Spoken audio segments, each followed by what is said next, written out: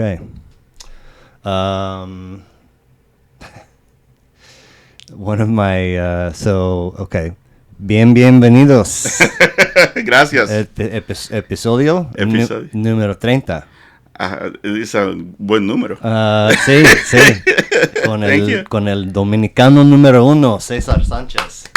¿Cómo estás? Muy bien, gracias. Good to see you. Thank you for the invitation. Yeah. It was a surprise when when I get the text. Our first and the best Dominican on Badass Records podcast.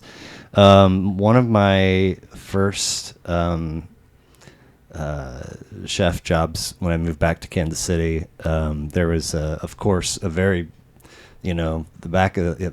If you were white or black, you're in the back of the house. You were a huge minority, almost all Hispanic, and a lot of those guys came from the same part or area, of Mexico, and there was a Salvadoreño, but they all became close, right? Yeah. So I kept hearing this phrase, and it was "Vamos a la 30."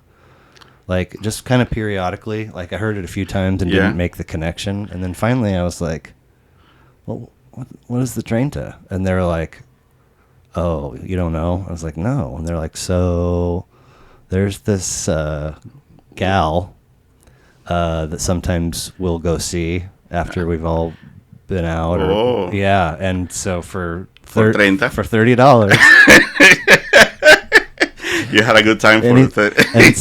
and so there was this really great, like across 8 years running that kitchen, probably the best dishwasher I ever had was an older gentleman.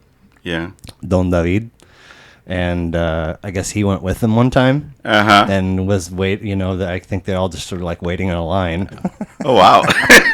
So the 30 was very popular. I don't know if it was all the same person or what, but when it came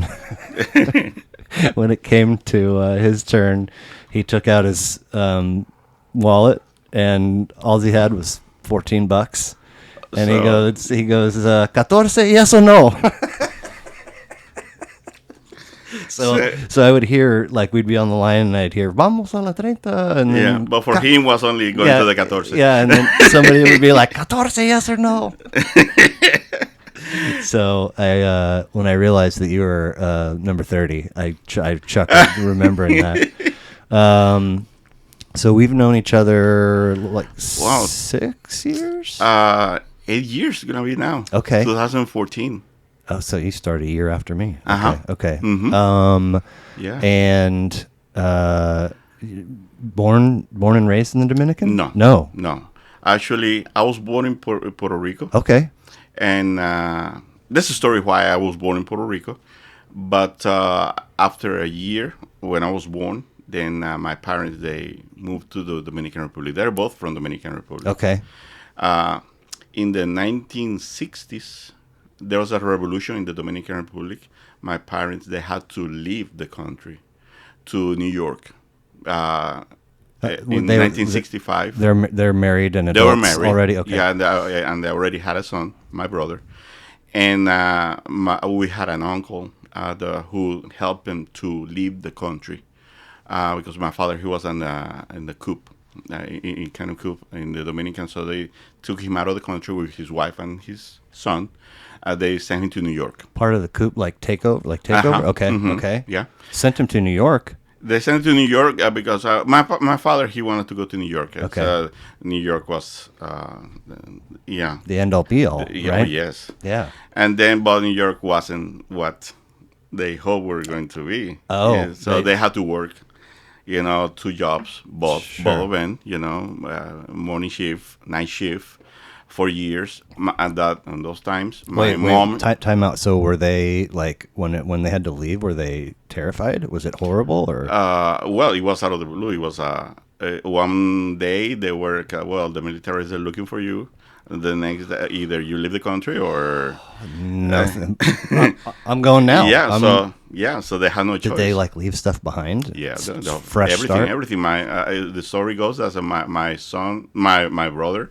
He only had one pair of pajamas that's all he had when he came to New York. My wife, my father and his wife, my mom, they came with $200, that some friends gave him on the way to the airport. So that was it. So they came and not knowing anybody and to New York. So, like, could you just get on a plane and without... They help him. They help him. They help my father. But I mean, like, papeles. Yeah, yeah. Well, they put something together for them, to leave the cool. country. So, and that was supposed to be only for a few years until everything calms down and they could come back. So for those years, I spent 5 years working in New York. So in 1970, both of them doing two jobs. 2 jobs. So with how many kids? Well, my mom, she lost 3 babies in that process. And then in 1970, she became pregnant with me. Okay. And she didn't want to lose me. So my uncle, he was a doctor in Puerto Rico. That's why my uncle said, come here, let's try to save the baby. She lost 3 babies in New York? In New York. Yeah, 3 babies. What was happening? They had to work and long nights. Stress? Stress. Not enough rest? Not enough rest. My mom, she said that half of the Hudson rivers are her tears. Oh my God! Because every night, that's kind of beautiful. I mean, it's poetic. Beautiful, it's poetic, but it's very sad, of course. Every night when she leaves the hospital, she used to be a cleaning lady at night in a hospital.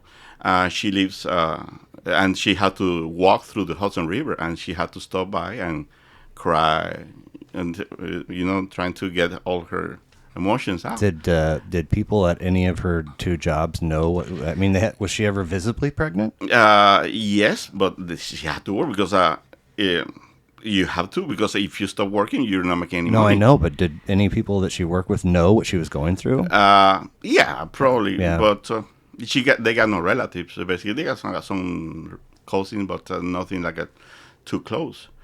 And then, that happens. So your uncle's like, come to Puerto Rico for this baby. Come to Puerto Rico. Okay. Let's have this baby. So my mom went first, then my father, he followed her, and then I was born in Puerto Rico. I mean, are they like leaving everything in New York behind? Well, they sold. They weren't sure if they were coming back or not. But when they went to Puerto Rico, it was going back to the Caribbean. Going back to it's not the same country or the same island, but it's the same vibe, style of life. Yeah. So they decided to stay in Puerto Rico for a while, but then the situation in Dominican became better for them, so they went back to Dominican. And never came back to New York? Not to New York. Eventually, many years ago, they went to Florida. Okay. In the late... So they've left their entire lives behind twice? Mm-hmm. Wow. Yeah. Hey. You gotta do what you gotta do. The first place I go with that is imagining the youth of today. Just okay, like I mean, obviously I don't know many, but it seems like there's a large level of upset for much less. Oh yes. And so just if you're like a 26-year-old today, like all of a sudden is faced with, we have to move to another, now. Yeah. Anyway, yeah, it's also cultural differences, and culture and different the reality of the situation in the country. They have no choice. Yeah, It's either that or in a week you may lose your life. Yeah, and my father probably thinking he has a wife and the kid. They need to. So are you an only child? At the moment, he was the only child. No, you. No, I have a brother. That was my brother. So I was born in 1970, but that happened in 1965. Oh, okay, gotcha. So you have an older brother, and then you, and that's it. That's it. Okay. Yeah. All right. That was the last one. So the best one. They go to Puerto Rico. Uncle helps with the birth, and brother's born, and they stay for a minute, and then back to the Dominican. Back to the Dominican. So in 1971 we moved back to 71, 72. Back to Dominican, then with both of you. You're both okay. Yes, okay. The whole family, and then I was living in the capital, Santo Domingo. Okay. Basically all my life. Yeah. Wow.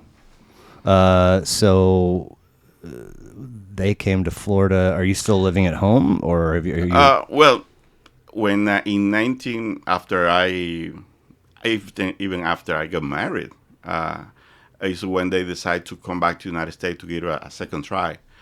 They were fine. They were fine in Dominican Republic, but they wanted to because they were already United States citizens. They both they got their citizenship from their small amount of time in New York. Yeah, for that small time in New York, they both got citizenship. And it didn't. You don't have to like renew it, or I mean, I guess citizenship isn't like a passport. You just have it.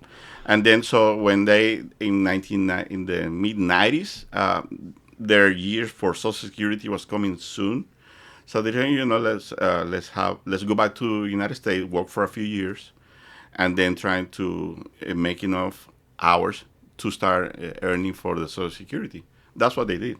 Okay. And they did it for a few years, and then they immigrate back to Dominican. Oh, okay. Yeah. So how do you wind up stateside? Here I got married in the early 90s, mid 90s. Okay. And then in the Dominican. In the Dominican Republic, my wife. So you guys, we met in college. Okay. And then while we got married, we opened a restaurant in Dominican Republic. And the restaurant was doing pretty good, but a hurricane came in 1998. A hurricane Hugo, I think it was. Hugo? Yeah, I remember. Yeah. And then the restaurant didn't do well with the hurricane. Yeah. So and we already thinking about to come to United States to give it a try, but that was basically a definite step to make the decision. So I came 98 first. But I got my degree in hotel restaurant management, so I decided to start working straight in hotels when I came. Okay. And then how old are you? I was 28. Okay. But no English whatsoever. I thought that only with the title I was going to make it here, but I knew nothing about English. So when I came first, I found a job at a coffee shop in a mall in Fort Lauderdale. And then my wife, she was already pregnant with my second child. Then she came a few months later. Okay. But because I was a United States citizen, because I was born in Puerto Rico, it was easier for them to get the residency. Okay. Okay. So are her folks also from was she born and raised in the Dominican? Yes, she was born and raised in the Dominican. And you guys met in college? We met in college. Okay. Yeah. And so you guys have 2 kids. Now we got 2 kids. And they're how old?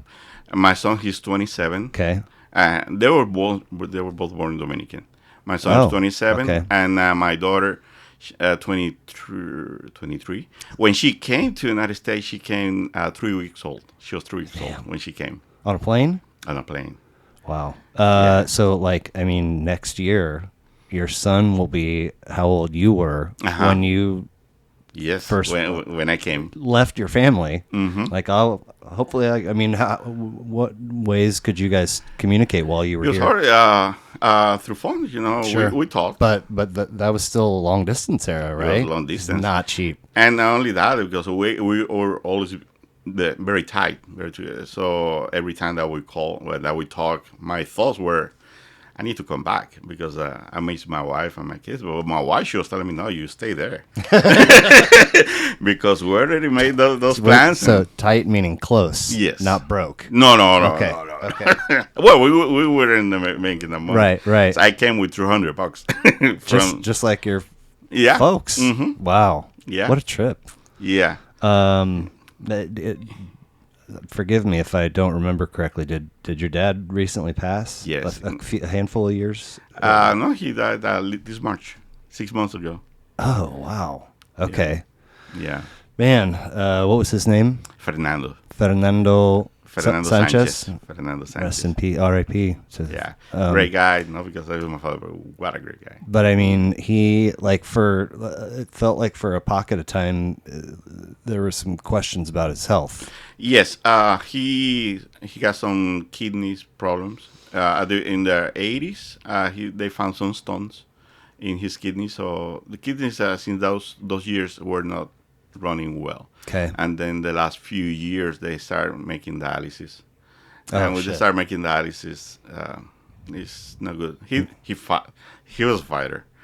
And then he fought for years. Wow. But then at some point, life goes on. So Yeah. he died. He was 85 when he passed Okay. away. Yeah. The gal that was episode 26 lost both of her parents just in the last 18 months, 2 years, all in the COVID bubble. And Dad went first, and the way that so they're at home, but just very obviously things are deteriorating, and they're just not able to do what they take their meds, and so they got him into a facility, and he was having kidney issues. Yeah. And so he would go like maybe multiple times a day to a dialysis place, and it would help. But the way she put it is like, there's not, the dialysis helps, but it's not doing the same thing your kidneys do. No. And he actually, so he made it for a little, but he actually died in the chair having dialysis. Well, it's my understanding that in the dialysis, they took some of the stuff that are in the blood, they're unhealthy, but also some nutrients at the same time. Because then you have to like recover from the dialysis. You need to recover from the dialysis. So my father, he fought for years and years, and he complained, because in the middle of dialysis, but he had a strong conviction that he wanted to stay as long as he can, to stay with his wife, my mom. And they built a house in a beach town in Dominican the last few years, and that was his dream to end his life, at that house, and he did it. Mission accomplished. So the whole Florida to save this and then back, like, it worked. Oh yes. They able to be comfortable in their last. Okay. Yes. Mom's by herself now. She's by herself, but she comes here often. Okay. She stayed with us for a month. My brother, he lives in Atlanta. So she stayed with him for a month. It's a nice landing point. Uh-huh. And so, I mean, she has citizenship. Yes. So she can just she buy can a go plane anytime. ticket like you and I, and none of this, it's not difficult. It's no, if not you have at the all. money, you do whatever you want, right? She just told me, she just called, Cesar, can I be there next week? Or even does sooner? Does she say Cesar? No, Cesar. Cesar. Okay. Cesar. Does that ever bother you in the workplace when people just go? At the beginning, because I don't know. Every time when I hear at the beginning the C and S together, and then somebody was calling me Cesar. So I knew it was me. There's not too many Cesars. Right.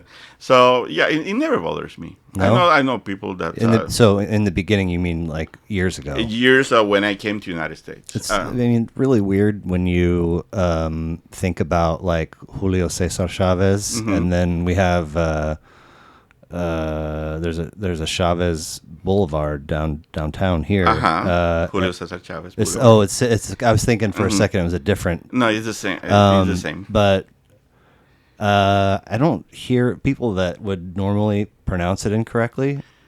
I guess do they say Julio Cesar Chavez? I guess they do. Some of them they say the right way. Some of them they say But for me, it never bothered me that somebody called me Cesar. Right. But in my family, they call me Cesar. Right. So it's fun. There's a couple of folks, one in particular that we used to work with, that like every single time, like I would make it a point to say, "Oh, I was talking to Cesar," and he'd be like, "Oh, what Cesar have to say?" And it's like, can you hear? Like you say Cesar. I know you can do it. I know you don't care. Yeah. Or whatever. I don't know. It's funny. There are people that some people get offended, that they mention. I have a niece. Her name is Diana. And at school they call her Diana. And she said, no, it's Diana. Wow. And okay, so Diana would be. Have you ever seen have you ever watched any Key and Peele? Oh yes. Have you seen the substitute teacher one? Oh yes. Be nice, Malake, Aaron. Oh yeah. I love all of them. They're so good. Yeah. So wow, I was. So born in Puerto Rico, and then to the Dominican, and then I mean, are you guys in the same home, or is there moving? Do people move homes within the country like we do here? You know? Oh yes. When we came, well, I came to Fort Lauderdale. No, I know, but did you move when you're your folk? Well, so if your folks lived in the Dominican for the last 20 years, or did they move years. at all? Yes. Oh, We okay. moved like 8 different times. In the Wow. Dominican. Okay. Yeah. Okay. They bought a house in one neighborhood, and they found that another neighborhood was a better quality of life, so they moved over there. Okay. So, okay. yeah. I just feel like I've never actually asked, but I feel like I've gotten the impression with a lot of Mexicans that I've met over the years that typically if a family buys a home, like that home is with that family for generations. Oh, yes. And maybe I'm making part of that up. No. It's true. Okay. It's true. Okay. Actually, my grandparents, they built a house in the capital in Santo Domingo, and that house is still there, and it passed through generations. It's the same house, and the same family. Usually, that's what happens when you are from one town. That you are basically not from that country; you are from that town. Oh, funny. Yeah, and you may move one block away or the other for something, but you are from there. Dominicans, do they use the word paisa like Mexicans do? No, not that word. Yeah. Not I that mean, word. but it means countryman, right? Yeah. It's not a bad word. No, Okay. it's not about Okay. word. No. Wow, interesting. Towns. So it didn't occur to me until just now, but 2 episodes ago, I had a guy on, and they have 2. They have a boy and a girl, and the boy they adopted from Haiti. Mm-hmm. And before she was working on it, like she did like missions, you know, and actually, when my ex-wife was pregnant with our first, they were college friends. That's how I know them. They went on a trip to Africa. Oh wow! For like weeks, and it was like it was first of all a delicate situation to even consider her traveling pregnant, and then there was like something with the medicine you're supposed to take to help prevent malaria. You can't take it if you're pregnant. So that was anyway. So so she started this gal started this process of trying to adopt this Haitian boy, and it was taking forever. Yeah. And then the hurricane happened, or was it the earthquake? There was an earthquake. My bad. Yeah. And then so at that time it was like so many people were displaced. It was like if you had your paperwork and everything was on the up and up, and you're just kind of playing the waiting game, you can go. You can take the kid now. And she did. And so they've been back. They've met the parents. Yeah. Parents. I mean, so it's interesting that not back to back episodes, but close, because they're neighbors, right? Haiti and the Dominican Republic. We share the same island. Oh yeah, right. It's almost kind of split down the middle a little bit, right? The Dominican Republic is a little bigger part. Okay. So what? I know it's a huge generalization, but what are relations like between the two countries? Well, in many centuries ago, Haiti was running the whole island. Okay. The Dominican Republic, they have their independence from at some point from Spain, and at some point also from Haiti. And then, but since those years, yes, there are bitterness, and immigration issues. There's still nowadays, but one needs. Nobody wants to admit it, but one needs the other. Sure. At some point, Sure. It's like here in the United States, with other countries, sometimes you think, United States, they can live on their own and everything, but you need labor, you need, from people from other countries. Same thing between both countries in the Dominican Republic and Haiti. They may not see eye to eye on certain issues, but Haiti, the poverty is so deep over there that they need right now, okay. Okay. And it's been for decades and but centuries. not so much in the Dominican. In the Dominican, not that much. There's still is poverty because it's a third world country. Yeah. But the economy there is way stronger than the one in Haiti. Way stronger. So people from Haiti, they go to Dominican and work to support their families. Sure. In Haiti, and the Dominicans, the Dominican Republic, they, even though they have a strong labor from their own country, but also need some labor from Haiti for the plantations, from constructions, for different areas. So they are on the same island. By necessity, they need each other. Can you drive or walk Oh, yes. across the equal? I mean, but is it like an official place where you have to show? Yes. Yeah. Yeah, you have to show documentation. You have to. But there are areas that you can cross that you don't have to show. But if you do in the proper way, you're supposed to. You're supposed to. You pass to. So, and sometimes in the Haiti, they still, I think, they got support from nations from Europe, and they send to Haiti clothes, perfumes, like they think that's gonna help. So Dominicans, they go food and water. I mean, but there's a lot of Dominicans that goes and cross the border to Haiti to buy at a very cheap price. Oh wow, okay. And then to bring back to Dominican. So you answered that question about Haiti and the Dominican kind of like up on a macro level, like government and historically, but like generally speaking, if you like today still lived in the Dominican and you were like at the store or whatever and saw a Haitian and you guys recognize, I mean, is it generally friendly? Like, yes, in the very vast majority, I will say yes. I haven't lived in the Dominican Republic, and you hear through conversations in Facebook and conversations with people when I go on vacation, whether there may be tensions, like there's a group of people from Haiti that they are now living in the neighborhood that we may like it, may not. Interesting. But there is the dynamic is there. But in general, that's my perception. In general, we have to help each other.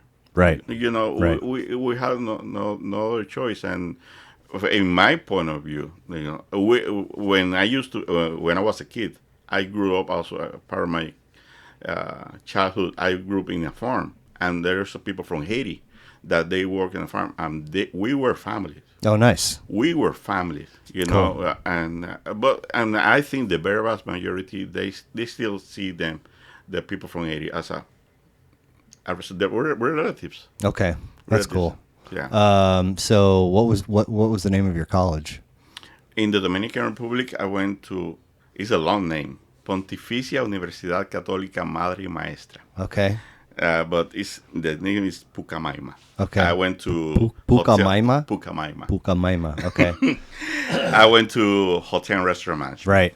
And then before college, is it kind of K through 12, kind of the same? Well, I didn't go to the same school from first grade to 12th grade. High school, I did it in a school that was a little far from my neighborhood. So I had good friends as high school, but I have really good friends also not in that high school that were in my neighborhood. Was that like a bus situation? Did you drive? My father, he used to work near that high school. Okay. So it was easier for him to drop me over there. And then how would you get home? Public transportation. Okay. So. Wow. But I had good friends from high school. I had good friends from my neighborhood. Sure. Are you still in touch with some from both? Yes. Okay. More from my neighborhood. Yeah. I still got a few from high school, but in college, I developed really good friendship that we're still like brothers. Nice. Yeah. So your boy is 27 and your girl is 23. Okay. Are they speak Spanish? Fluently. Okay. Fluently. Is that pretty much what's happening in your home? Is there? Well, me and my wife, we speak more Spanish at home between both of them. Yeah. And my kids, because they grew up here, it's easier for them to speak English, but they made the effort to speak Spanish. My son, he speaks fluently Spanish. Not because you made them? Not because they made the effort? They made the effort. Good job, Mom and Dad. Yeah, right? I think right? They love it. And my daughter, She because when she came a month old. Right. She was born. Right. And so she was. My son, when he came, he was 4 years old, and he was already speaking and reading in Spanish. So he kept the same. Sure. He didn't lose it. He didn't lose. Okay. My daughter, she speaks beautifully the Spanish. She still some verbs, may say Sure. something. But she made the effort. Did I say right, wrong? Yeah, that's the right She pronunciation. still wants to improve. Oh yes. Nice. Yes. What are their names? My son is Samuel, Samuel. and Sammy. And my daughter is Genesis. Genesis. Okay. Genesis. And they've been to the Dominican. Oh yes. Many times or multiple even times. last year, I bring my son and his girlfriend. Okay. We did a 2-3 weeks tour through the island. Oh wow. And they both love it. That sounds fantastic. Yes. They are both. Because they grew up here, they feel American. Sure. But also they feel Dominican. That's as well. cool.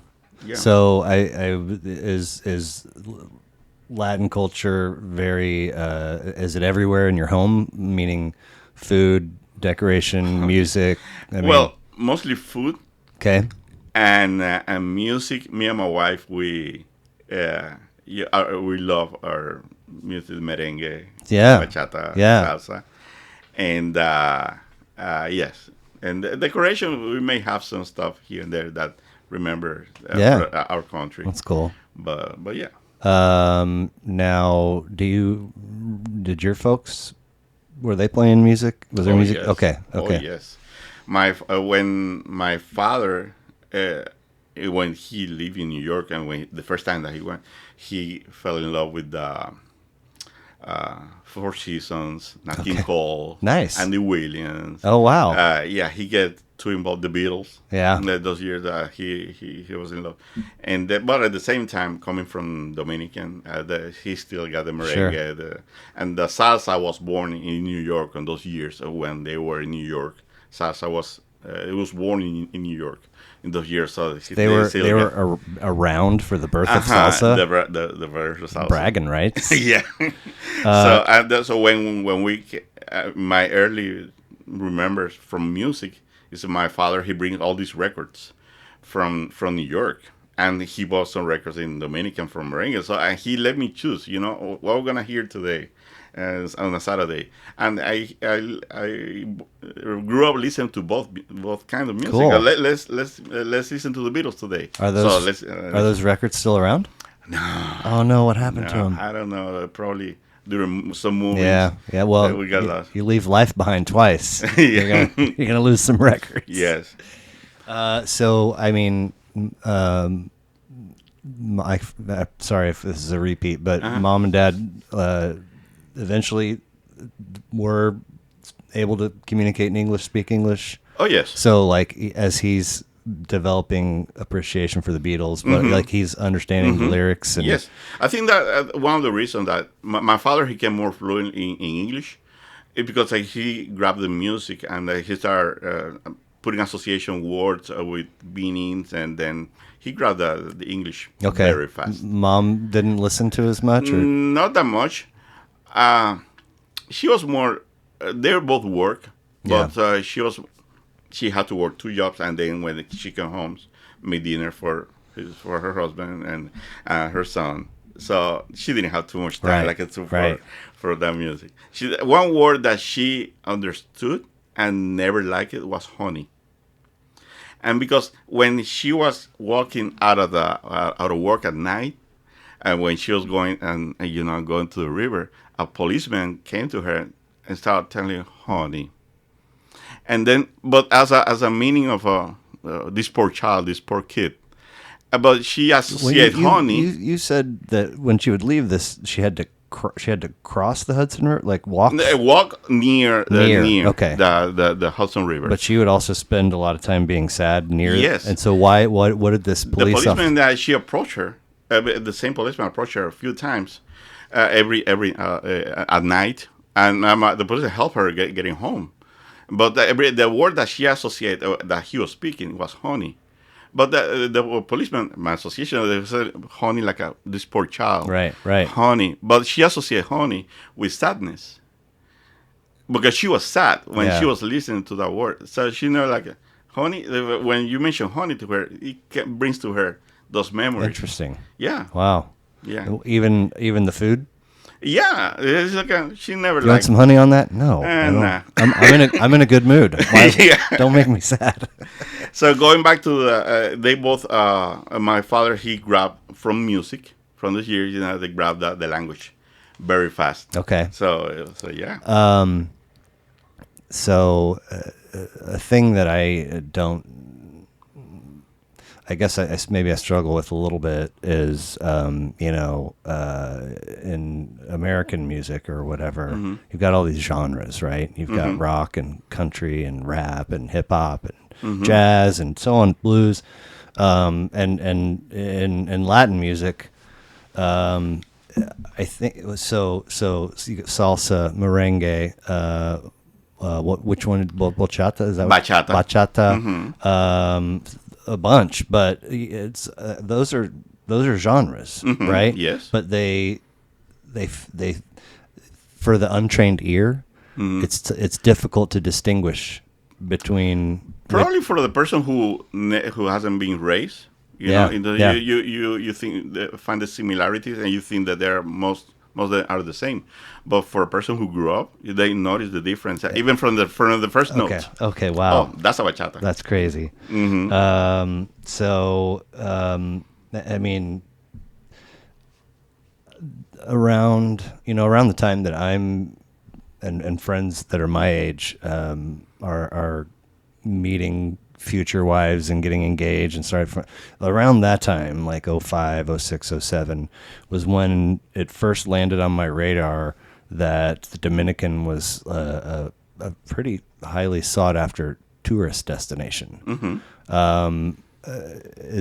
Was there a spike in the early 2000s? Has it always been a place where people want to go? Because when I'm a kid, I hear Bahamas and Jamaica and I guess maybe Costa Rica, Puerto Rico, that kind of stuff. But the only way I knew about the Dominican was like from social studies and geography and that kind of stuff. And then I hit, whatever, my 30s, and all of a sudden it's like, oh, we went to the Dominican. We went there for a honeymoon, and it's like, now how? So has tourism? Well, I think in the 1970s, early 80s, tourism. There were some hotels, like in every island, every country in the Caribbean. But there's a company called Gulf and Western that associated to Eastern Airlines that they start developing some projects in Dominican called Casa de Campo. Okay. In a town called La Romana. Okay. It was something unique, and then it opened the eyes for some hotel developers to follow the same model, and then that became bigger and bigger, and then all other towns in Dominican Republic like Puerto Plata started following those footsteps, and then in the late 80s, early 90s, it was a boom. It exploded. Dominican, it was more known because agriculture through the years and baseball. Well, that's my next question. How the hell did that happen? I mean, you said Haiti and the Dominican share the same island, and then you've got like Cuba, Jamaica, Virgin Islands, Caymans, Bahamas, Puerto, all these other, but Dominican is still the name that you hear when it comes to baseball. Yeah. What happens is that Dominican Republic was invaded by the United States in the early part of the 20th century, 1911, 1912. Really? So soldiers, people started looking at the soldiers playing the sport. That was with a bat in their downtime. Right. Yeah, downtime. And then baseball was, since those years, was becoming. They formed the leagues, they formed teams, and the soldiers from American soldiers started playing with Dominican people. They teach them how to play, and they became. What were the reasons? Yeah, why were the Americans? Why did they invade? I don't remember the history. If you don't remember, then I don't feel so bad. I know now. There's the United States through their history is my understanding. They want to be known, in certain areas, that like to put we're here. A global presence. A global presence. Yeah. So I don't remember what happened in those years, but the second time, because that was not the first time, a second time the United States invaded the Dominican Republic was in the mid-60s. The Dominicans, the United States, they helped this person to become a president and then became dictator, Rafael Trujillo. Oh, they're trying to set up government. They tried to set up a colony, but as a government, but overseen by United States. Oh. That's right. So but this person became more than president. Then he became a dictator. What's his name? Rafael Trujillo. Rafael Trujillo. Okay. Then he came to power early 30s, 35, 36, I think it was. And then by 1960, he was still the dictator over there. That's when my parents, they grew up with that, under that dictatorship. That's who was being overthrown. Yeah, in the early 60s, the guy, he was already killing people for no reason. He became a true brutal dictator. Even for United States, as I don't think we can support this guy anymore. But that's the first time they invaded. That's the guy they put in power, and then they had to come back to fix their fuck up. Well, the story goes is maybe it's true. It's not that it's not that the United States support the other groups, to kill the guy, but he was not the bright guy, for United States in the years. So they. Whatever you guys want to do with him. So the coups, they're evolving, and then when they kill him, he was killed. The United States were like, but then in those years, socialism, communism, they were errors, and they didn't want to for the Dominican Republic. United States didn't want for the Dominican Republic to become a social country, so they invade the Dominican Republic just to be sure that democracy was going to be followed. Okay. Yeah, I think so. So was it? I mean, you use air quotes for democracy there, but was it successful? Is there democracy there now? It depends. You can ask 10 different people. Yeah. 10 different people that gave you the same a different answer. Uh-huh. So it's the perception of sure. each one. Now, is the same true if I pick out a random, 10 random Dominicans and ask them about Trujillo? I think 9 out of 10 they'll tell you it was good that he was gone, but still they may good be that he's gone. Yeah. No, okay, so not. No. Okay. I think the very vast majority will tell you thank goodness that he was killed. But then there's still one or two that say he got the law. Things. Things were follow or laws were followed, but you can hear that. But the very vast majority, including my parents and myself, we think that he was great that he was no longer. So going back to baseball. Yes. In the first time that the United States invaded the Dominican Republic, the soldiers they bring beside music and sports as well. And the second time that they were here, that they invaded the Dominican Republic, same thing. The baseball came way stronger. Then you start hearing the stars in United States baseball, and then we had our own stars like Juan Marichal, like that. Okay. And then since then baseball is passion. I feel like it's still kind of the primary Latin American spot. Oh yes, where scouts go. Mm-hmm. Yes. And the kids, when they're born, because there's a lot of poverty still in the Dominican Republic. When you were born and your parents, it's a way out. It's a way out right? out of poverty. They right. push the kids, to when they were born, you have a baseball bat right. and a glove. Right. Since you see kids 2, 3, 4 years old. He took his first step but how's his curveball? Oh no! Oh yes. Oh my goodness! So older brother in Florida. My older brother, he lives in Atlanta. My bad. What's the age gap? 6 years old. Six. Are you guys close? Very close. Okay. Very close. Is he married with kids? Yes. Okay. Yeah. Second marriage. He got 3 kids from a previous marriage.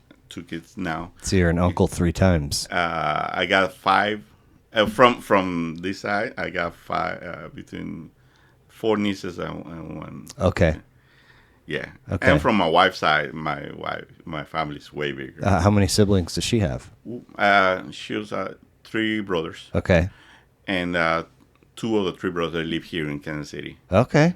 They got now their families. Sure. And kids. her folks, your wife's folks? My mother-in-law, she passed away in Dominican many years ago. And my father-in-law, he lives there. Okay. He remarried. Okay. And Okay. But yeah. Man, so much to, Yeah. what No, it is. So, it's so funny that you thought that I was sending you the invite mistakenly. Yeah. And then, but once we were on the same page, you were like, man, I don't know, like more like songs instead of, and I'm like, what about Dominican artists? You're like, now we're talking. Yeah, because the first time that you sent me a text, we're going to talk about music. Well, my knowledge of music here in the United States, I love music. Right. Don't get me wrong. Right. But it's not like I'm not a connoisseur. Sure. I've got like a great knowledge. My son has a great knowledge of all kinds of music. Cool. My son. But that's what I told you. I think you should invite my son. I mean, after this, you could tell him about it. I'll let him know. I'd love to. I mean, Yes. it's Sean actually pointed out, because he's watched a handful of these. Early on, he said that his favorite was with a guy that he thought that I didn't know. And I don't know that guy very well. We just kind of, kind of have known each other over the years. Uh-huh. So I think it gave the impression that we were strangers. Uh-huh. And he thought that was appealing. So I don't know. Maybe if I'm gonna put the both of you together, but I can tell you, my son, not because of my son, he's a great person to talk to. His knowledge not only for music, but his knowledge about everything, every subject, but in music in general, he can talk to you about Chance the Rapper. I don't have anything I don't know anything about Chance the Rapper. But he can tell. Right, he can talk to you about every single. And he every year at the end of the year he picked his 25 songs of the year, and he posted in Facebook that are all new that year. From that year. Wow. And but not only that, he then start talking about the artist, how the artist came with that song. And I might have to do more than one episode with your son. No. He's and I learned from him a Sammy. lot. Sammy, right? Sammy Sanchez. Okay. Does he have a middle name? Arturo. Samuel Arturo. Sass. That's Sass. Okay. Yeah. And my daughter, she's GPS. GPS, nice. Genesis Paola Sanchez. Okay, so you're aware that I meant to invite you, and now we're on the same page about music. Mm-hmm. And Juan Luis Guerra was right? Because you mentioned that we're gonna talk about music. Yeah. Well, I told you. Well, I know a little bit about Journey, Bon Jovi. U2. That's when I was growing up in the 80s. That was with the more that I listened to. Sure. I may not know about what I can talk to, but then you talk about Latin music. Well, that's the guy, Juan Luis Guerra. Super fast. So basically, I just if you give me, you have to give me album names. Oh yes. To book and so I'll listen to those and I'll do just very basic. Yeah. But he seems like a wonderful person. Oh yes. I mean, just like he changed merengue. He changed the music in Dominican Republic. It's like a before and after. Wow. Okay. Is him. Okay. Right. And not because he came with something out of the blue. Because he's smart. He came to Berkeley College and studied music, and he has a degree in literature. So he's put both together. It's my bread and butter. Yeah, I love both of those things. So he came with a style of music that it was not known in both of the years in Dominican, and then from there, he's still the number one. I mean, so you gave me, I think you gave me 4 titles. I could only find 2. I found Ojala Que Llueva Cafe. I hope it's it will rain coffee. And you hear like what is it? It's a weird name. No, I love it. It's a great, it's a beautiful imagery, especially anyway. And then was it Rosa, Bachata Rosa. Bachata Rosa. But you also gave me Escape and another one.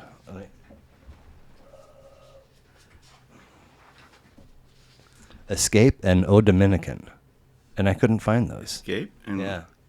I don't remember that. Well, it was so you were once we landed on the city. Then you're like shooting texts to me. Okay. So you're like Ojala Que Llueva Cafe and Bachata Rosa, O Dominican, Escape. Those are, you listed them.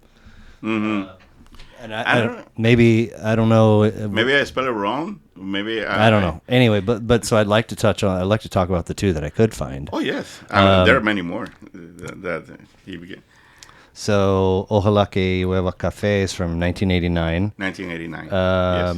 And Visa para un Sueño is the first track. And it's just like, I mean, right out of the gate, high energy. Yes. Happy, fun. But that's the thing.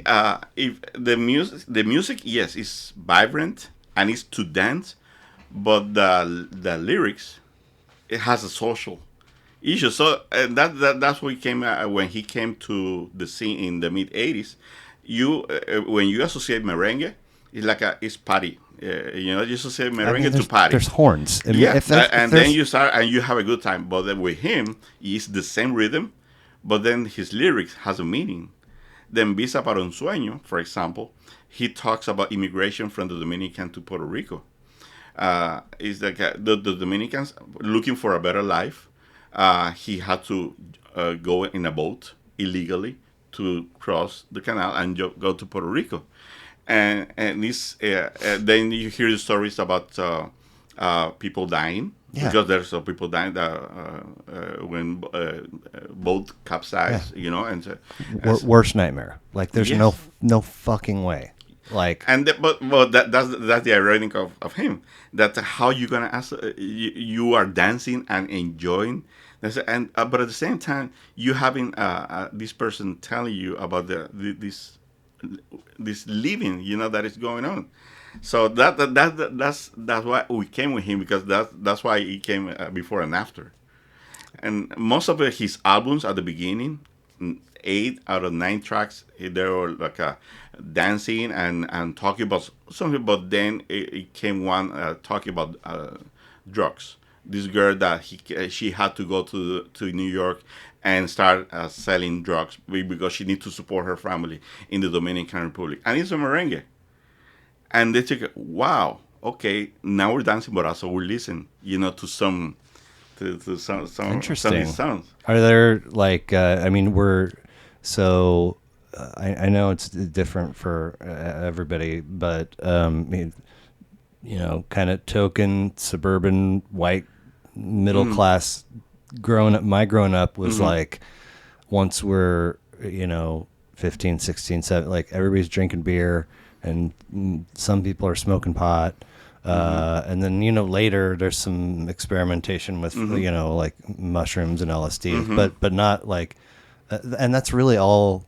If people were doing other drugs like cocaine, like I never saw it, right? And so when you're in high school, are people partying? Are they using drugs at all? Or I think they're more like alcohol. When I was growing up, it was more alcohol than drugs.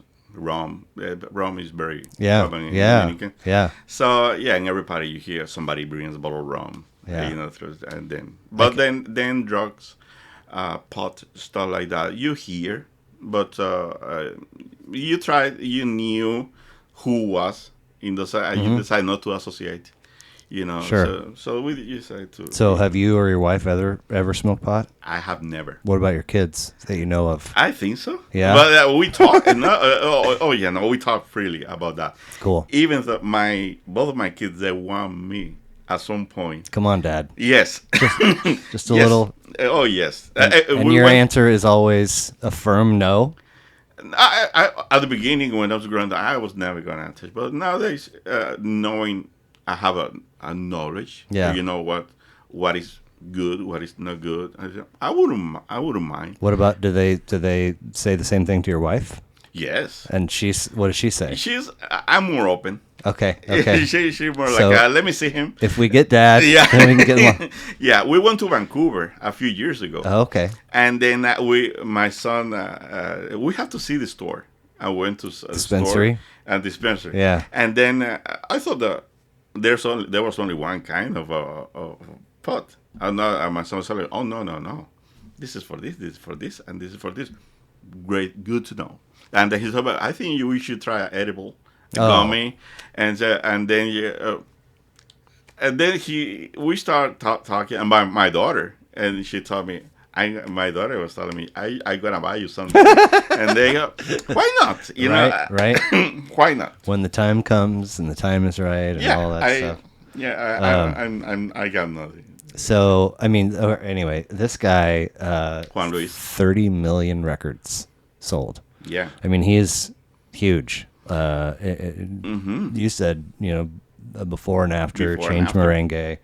And another thing that you told me when we were initially texting, if you want to know about merengue, this is the guy you listen to. That's the guy you had to listen to. So to. I was excited. I was like, like I said, man, the untrained ear, it's like, what is merengue? What is salsa? How do you, and it doesn't, I don't know that it really matters, but it's just for the sake of like, increasing your musical knowledge. Like, no, I'd like to be able to, explain that. No, you see, salsa has a 1, 2, 3, 1, 2, and merengue, but Yeah. And so you got what mariachi. That's what?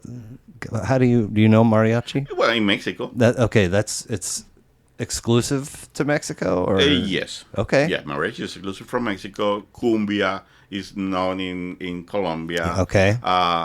And salsa, Puerto Rico. Okay. And son in Cuba.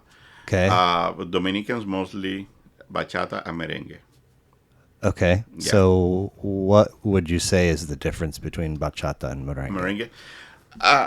In the patterns, there's a difference, the differentiation. If you listen to the music, you know the differentiation between both. Okay. Now, socially, in the bachata in the 50s, 60s, 70s, 80s, it's known to be the music of the lower class.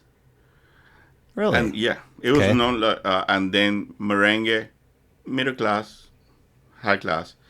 But then Juan Luis, when he put both together, when I think his third or fourth album was Bachata Rosa. Yeah. Then he put a bachata on it, and it was known that a person already with that fame and with that with all these followers, they thought that he was crazy. And now to start singing for a lower class, but then he started putting the lyrics that he was putting merengue, he started putting in bachata, and this guy is a genius, right? And then he started talking in metaphor. And you don't know, you really don't know what he's talking in this poetry until then he explained. Like, for example, Bachata Rosa or Burbujas de Amor is a song. It's a bachata. And Burbujas de Amor, he's singing about a fish that he's gonna put his nose against the border of the fish bowl, and then he spread bubbles. This guy talk about the Little Mermaid or something, but then when you start reading deeply, he referred the fish as the male part, and then the fish bowl is the female part, and then he spread the bubbles, but it was after a month you hear in the same song. They say, oh my God, the guy has been. I see what you did there. now and then you say, oh my God, what's the guy singing about? That's the way he. Cool. Funny, my college experience. I went to Pittsburgh State for freshman year, and you have to declare, right? Or they. I suppose you don't have to, but it's very much like this. No, this is what you do. So I chose communications, but I ended up elsewhere in Colorado and doing psychology. But I was like constantly in the English department. I had a weekly 3-hour radio show for all 3 years that I was in school there. I was on the newspaper staff. So I kept accumulating all of these English credits. Also, I'm continuing to take Spanish until my senior year. It was like, I feel like one of the very first things we had to do was read The Man of La Mancha. Don Quixote. Don Quixote in Vosotros. In the yeah, South. and I was like, yo, like this is insane. Like, and I'm fluent.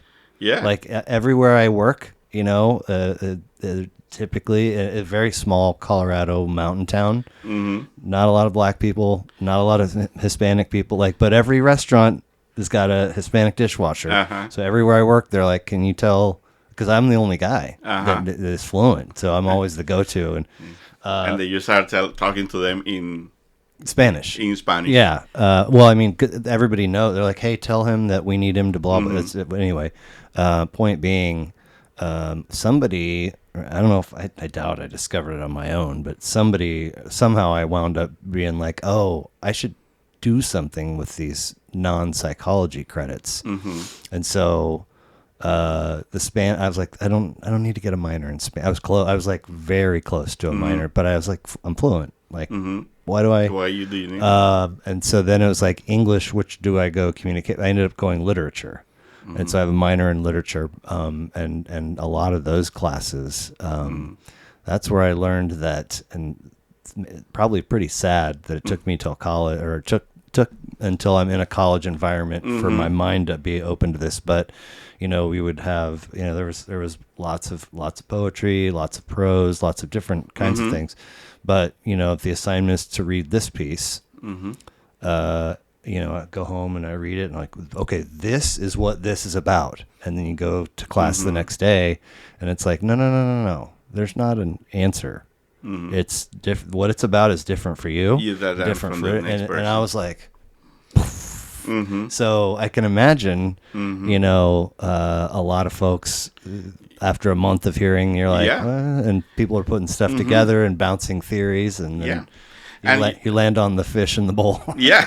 Even right now, the same, not only with that song, with many of his songs, it means different for everybody. Beautiful. Yeah, that's the beauty of his songs. He's credited with popularizing bachata, and I saw a few mentions of bolero rhythm and bossa nova. I was like, I don't know what those are either. Yeah, well, bossa nova is Brazilian, Portuguese, because he's very.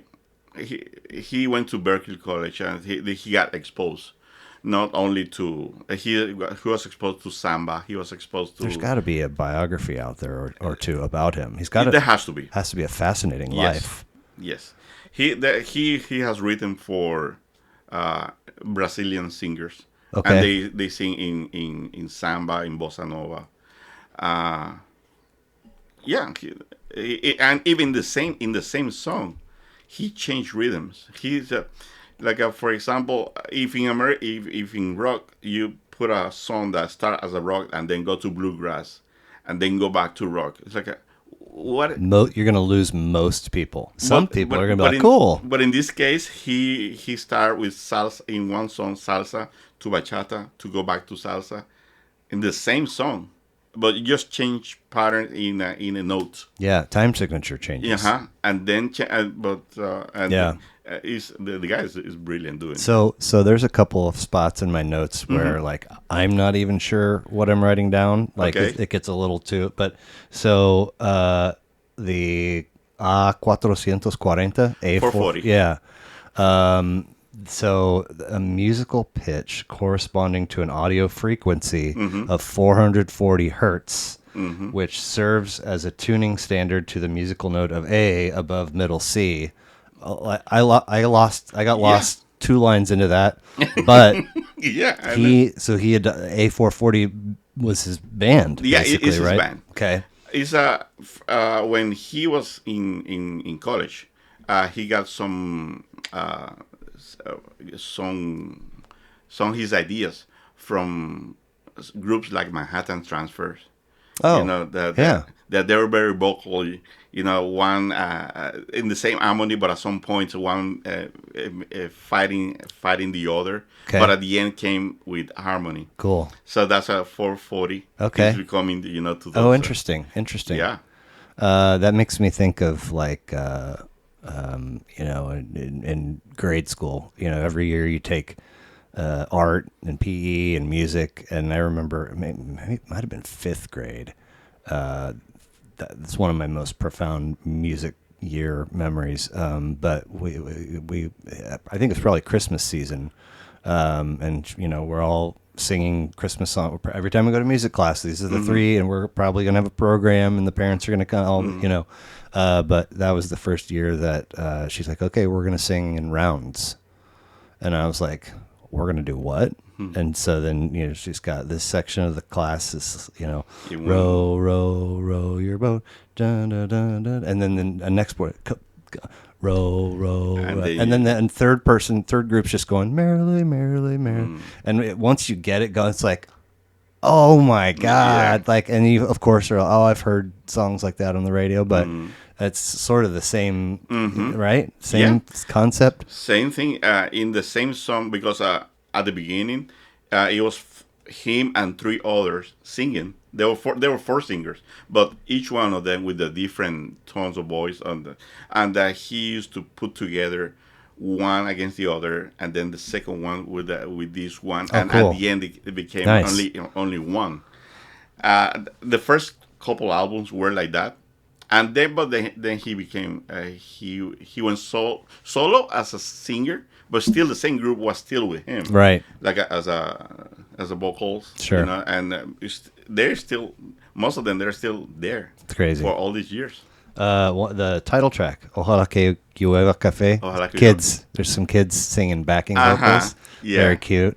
14 records. This guy. I mean, and then that's just studio. That's not live. It's not. I mean, that's you find me if you put together a list of successful American artists. I mean, 14 is a big number. Oh yeah. To not only write the stuff, but then to record it, have it produced, mix, whatever, and then to put it out in the world. I mean, it's a process to get one record out. Yeah. And he's done it 14 times. Oh, no.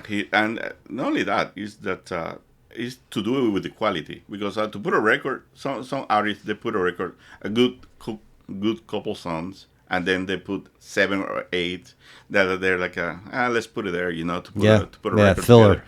But every single record that he puts, he's very cautious about the song that he puts. Oh, these 2 records, there aren't any tracks. First of all, Ojala Que Llueva Cafe, 7 tracks, and it's only 28 minutes long. That's an investment anybody can make. Do you know what the name of the label, his records? Karen. Well, at the beginning it was Karen Records. I can't help but see that word now and think of just some angry white lady like filming music. Can't park your car here. Or whatever, Karen Records. 7 tracks, 28 minutes. La Gallera. La Gallera. Very fun energy. It's one of the tracks. High speed. Yes. And then Reina Mia. Reina Mia. Doesn't quit. I mean, and so I'm listening to this, and you and I have talked about Costa Rica before. Oh yes. Pura Vida. Got my surfboard over there. Tamarindo. Tamarindo. So I've been, kind of to that area of the world, and it's. Not temperature wise, when I've been there, it's not been too terribly different from here. But the association that I have always had with that part of the world is hot and heat, and probably I don't know about homes, but hotels have air conditioning. Oh yes. Homes. Well, the thing in Dominican Republic, to be more specific, we got only 2 seasons: summer and hell. So it's hot or hotter. It depends compared Okay. to So here. so I'm not wrong. Oh, no, because no. because I'm so by the time I get to Reina Mia, I've now listened to basically this whole record, and all of it is high energy, all of it is dance, and all I can think about is if you're in a public setting enjoying this being played live, or maybe it's being played through speakers at a bar, a beach bar, or something like that. Like the inclination is I want to dance, I want to dance. But I don't want to be that hot. So Well, how do you? Well, to be quite honest, because of when you grow up over there, you don't think that it's hot. It's how the weather is. So where does the hot and we're hot dancing. and hell? Yeah, hot. Where did that come from? Well, in the tropics. Okay. Is well between December, January, February, March, it's hot. It's hot because it's 80s, 70s, 80 degrees. In Celsius, it's different, but it's 70, 80 degrees. But then the summer comes 90s, 100, and the humidity. Oh man. You add to it. But then you grow up, and when you come here and start living here in the United States, and you have AC. Now you go back and say, "Oh my God, how did I live for so long?" Yeah. But then that's how. Keep that with you because we're gonna move to Bachata Rosa next. But yeah. I need to use the restroom and check on the dog. All right. So I'll be back in a sec. Perfect. Cool. On airplanes, people are freaking out. And fucking... I don't watch the news anymore. Me either. At all. I stopped watching the news, and not even pop-ups, alerts that you have. I block all the alerts. The only news that I got is when my wife tells me what's going on with something. Right. I watch the weather in the morning. Sure. That's all. Well, so anyway, like if you're listening to this or watching it and you're on the fence about, whether or not you should, it's just to chat. It's just to connect and talk about life, and music's part of it. But yeah, it's the same the way that music is a part of your personal life. Yeah, it's a part of it. It's just a part. Anyway, so the crazy thing to me, one of the crazy things to me is that Ojala Que Llueva Cafe is this like huge record, right? Like it's great. The content of it's great, and it was very well written. He's won a ton of awards. Yeah, Grammys like crazy. And so he puts out this record in 1989. Bachata Rosa is the very next year, 1990. So he just So I moved to that one, and slightly slower tempo right out of the gate, just a little bit slower. It's like, oh, that's curious. 3 more tracks. He went from a 28-minute record to a 40-plus, so more tracks and it's longer. So interesting that he puts out this record and then another one a year later, and it's there's more content. So he must have had all the pistons firing. He must have had all of the everything lubed up and working. He's just cranking stuff out. But it's my understanding that on those years, he was writing songs, but then the fame came and crashed him. Oh. And then he had to stop. What around what time do you think that happened? I think it was mid-90s. Okay. So not too long after this. Yeah, after Bachata Rosa, the next album, I think was Areito. I think it was called. Okay. And very social. He got some songs like El Costo de la Vida, like the cost of living. And then, but then, in interviews that he was done, he's saying that he felt that winning a Grammy was going to be the pinnacle of his career, and he was going to be happier that when he reached that. But then, all the concerts, it takes a toll. Yeah. And then, and I think the mid-90s, he was as popular in concerts as Madonna with the Blonde Tour and as the Rolling Stone. He was pulling to do concerts everywhere, and 70,000, 80,000 here and there. So it came to a toll, so he had to stop. and then he became more. He accepted the Lord. He Okay. became more Christian. All right. And then that like, gave him more peace. Is the Dominican typically is it Christian? Is it Catholic? Yeah, Catholicism. Catholic. It was but not then everything related to Christianism, evangelic groups, is very. So I think he went to that part evangelic. Okay. And he even had a whole record of Christian songs, and very popular. I mean, so did Bob Dylan. He had like 2 or 3, and it's a very clear, like, you got kind of the rebellious singer-songwriter, folk-sounding guy of the '60s, and then you've got like all the stuff in the '70s, like amazing records come out in the '70s, and then he's doing stuff with the band and a tiny little bit with the Grateful Dead. And then all of a sudden, late '70s, early '80s, he's got this window of 3, 4, 5 years where it's, I mean, Saved, The Infidel. I mean, like, anyway, it's kind of a common trajectory, I guess, if you're a person of fame. Funny though that I think as humans, at least in the I don't know misconception that fame and fortune are going to equal happiness. I don't know. When I was growing up, you needed to have a title at a college degree in order to start making money and then be happier. And you are always in pursuit of that title. Well, you leave college with a degree, but then you start working in a business, and then you need to reach that title in order for you to be happy. And you need that. And I was going up when I finished college. My goal was to be general manager of a hotel because that's where I was going to be happy. Right. And then I made so many mistakes trying to achieve that happiness that it was taking a toll in the family. Sure. And then at one point, a GM at a hotel, I was the second in command, and I thought, okay, I think you're ready to become GM, but do you really want this? I said, yeah. What do you mean? He told me, do you really want to? Yeah, be? and you were probably like, yeah, of course, yeah. And then he told me, let me explain to you how my life is as a GM, as a general manager of a hotel. And I shadowed him for a few months, and he gave me some of these responsibilities. And then everything that I was leaving, not to spend time with my family, just for being at a hotel, say, you know what?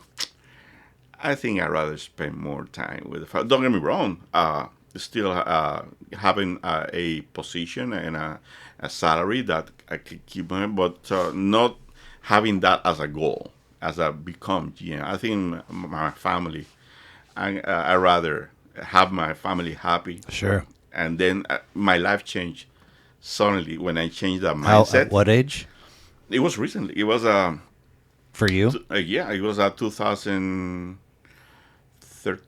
2012, 2013. I mean, how grateful. I mean, that's kind of an epiphany, right? Oh, yes. Like, oh, yes. I mean, because if you don't, like, after you're, gone, like, I mean, not necessarily you, but if you just don't ever, then your kids, when they're talking to their kids, they're like, my dad he was just always working. They don't have a whole lot of memories to share. And unfortunately, hotel industry, don't get me wrong, I love the hotel industry, and they gave me through all these years. But trying to reach that goal, I was spending, it wasn't bothering for me to be as a banquet manager, for example, to come at the hotel at 6 in the morning, 7 in the morning, to be until 7 p.m., 8 p.m., because there's a function. Because I wanted to be sure that the banquet department was running how it was supposed to be running. And I want for my GM and at the corporate level to see me as that's the guy that we're going to put. The rising star. The rising Cesar star. Sanchez. Yeah. Look and out. Then every single hotel that I work, I spend my time hours. And then I knew that my kids were not happy. But I was thinking that when I get there, they will know why I did the sacrifices. And then I came to a point where talking to the general manager that I adore him very much, and then realized, man, I think I've been all these years going through the wrong. Don't mean no wrong. It was Right, like what I right. think. I would think it was the right thing, but then Well, what's crazy is that, not crazy, but I think, if you're not in that industry, there's no way for you to see. But you have some pretty basic fundamentals. You've got your 3 meals, assuming it's a hotel that has food.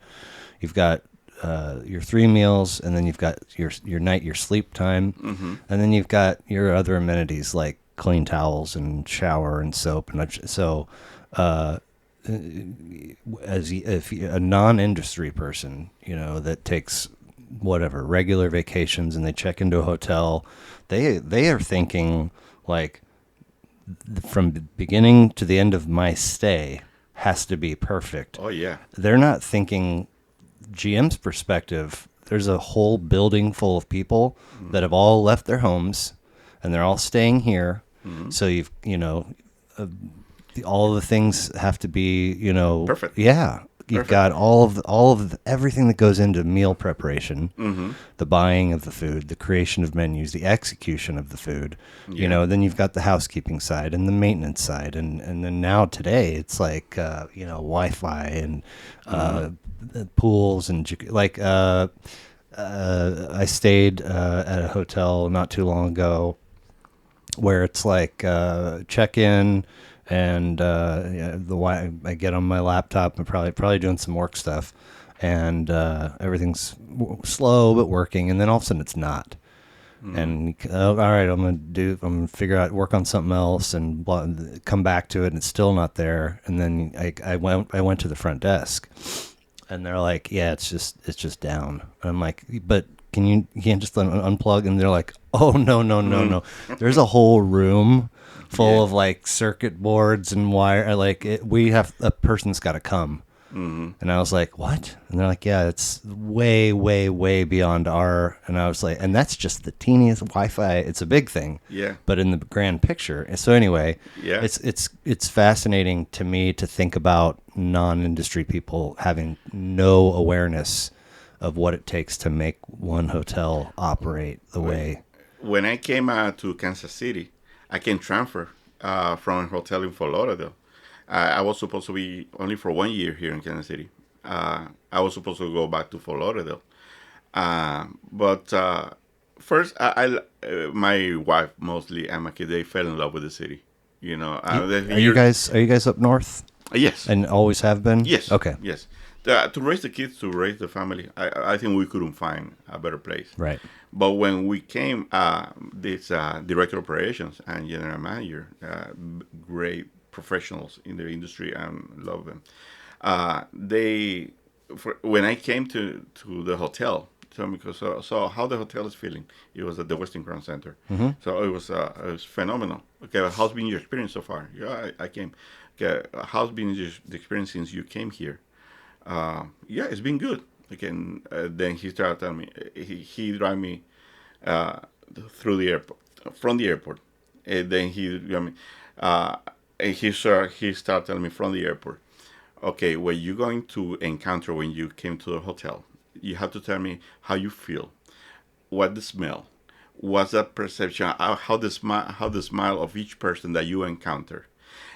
Because these people that come to the hotel, they spend hundreds and hundreds of dollars for an experience. That's all they're taking when they leave here is an experience. So for that experience, everything needs to be no less than perfection. And when you go to the banquet rooms, I was overseeing banquet department. The coffee pots needs to be without a spot. The cans of sodas need to be facing the same direction. The ice scoop needs to be facing a 45 angle degree, because that's the easier angle for a right person to handle the ice scoop. Is that they have everything that you can possibly imagine. They think about it, and you are in that mindset of perfection for such a long time. Yeah. That at some point you are trained to wait like that. And don't get me wrong, that's hospitality. It's crazy because, like, absolutely, has to be from the operations, the experience. The customer's not thinking that. Oh no. What I think is that there's probably, I mean, you know what you're getting if you're staying in a $69 a night room, if it's a $189 a night room. Yeah. Hopefully your expectation matches the price. Yeah. So I think, you know, if everybody's operating from that base level point, like, here's basically what I think I should get. And if you know, the ice scoop fell down, the handle is in the ice, and you know, that could happen. The coffee pot had a smear or was out of coffee. I had to wait for that can happen. But if that list starts getting longer, eventually they're going to be at a point where, like, I don't know if I would stay here again. And you want them leaving being like, you know, next time I'm coming through, I'll stay there because it was a good experience. Yeah. Right. There's a lot of moving parts and emotions and thoughts and. But anyway, Carta de Amor was the first song where I was like, there's a lot of changes. Carta de Amor is a salsa, if I do recall. Okay. It's a different genre than bachata and salsa. But even the same song, it's a Carta de Amor is a letter. But it's literally a letter because even the punctuation, he mentioned the punctuation. Punto y seguido. Oh, funny. Okay. How are you going to sing and then sing about the punctuation? And then at the end of the song, then he mentioned Sultana Mandela. They free Nelson Mandela. Oh. How in the love song you're gonna put a social issue that in South Africa Nelson Mandela was released? Well, love song. It's like go back to the fish. Like, love song is kind of like a hook with bait. Yeah. Once you have them, then drop a little. Yeah. What? Oh, Now you're thinking about it because you've been listening to the song about a love song for 3.5 minutes, and then at the end, Sultana Mandela. Okay, what are we talking about here? Right. Yeah. Exactly. And then it comes to you. Okay. Yeah. Now, interesting that Carta de Amor, letter of love or love letter, and then visa para un sueño. It's like a visa for is kind of like this notion of the relationship between a document and a feeling. And it was interesting to me. Yeah. So here's where we kind of dip a little bit into things that, you know, like made me think and look stuff up. You know. You said your son speaks really good Spanish, and your daughter is pretty good, and she'll ask, you know, I'm not on your son's level. I'm maybe somewhere in the same. We speak Spanish, right? But I mean, as far as like perfection, and you know, I hit roadblocks, I hit hurdles. So estrellitas y duendes. Duende is not a word. That I decided to look it up. So duende is a dwarf. Well, the Google said it was a goblin. Well, the thing is, it's coming from I think a poem from Pablo Neruda. Oh wow! Yeah, Neruda is a Chilean writer, very famous. Writer. Yeah, as one his writings, he talks about. So it's a love song. But then his influence is based on the book from Neruda. So it's little stars and dwarves. Okay, wow. But it's a very pretty song. It's soothing. Yeah. It's a bachata. Yeah. Okay.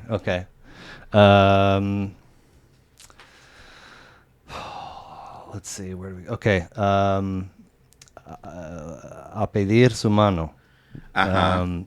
Fantastic. Reminded me of the tone. It was the first time in this record that I felt the tone from Ojala Que Llueva Cafe. Because up until that song, I'm like, this is different. This has got a different, not huge, but you know, the untrained ear can pick up on some differences. In A Pedir Su Mano, if I understand, well, the meaning of the song is in Dominican, is a tradition that a man, when he wants to marry this girl, he go to his parents, and ask for permission. Here too. Yeah, I did that. Well, yeah, I did it too in Dominican.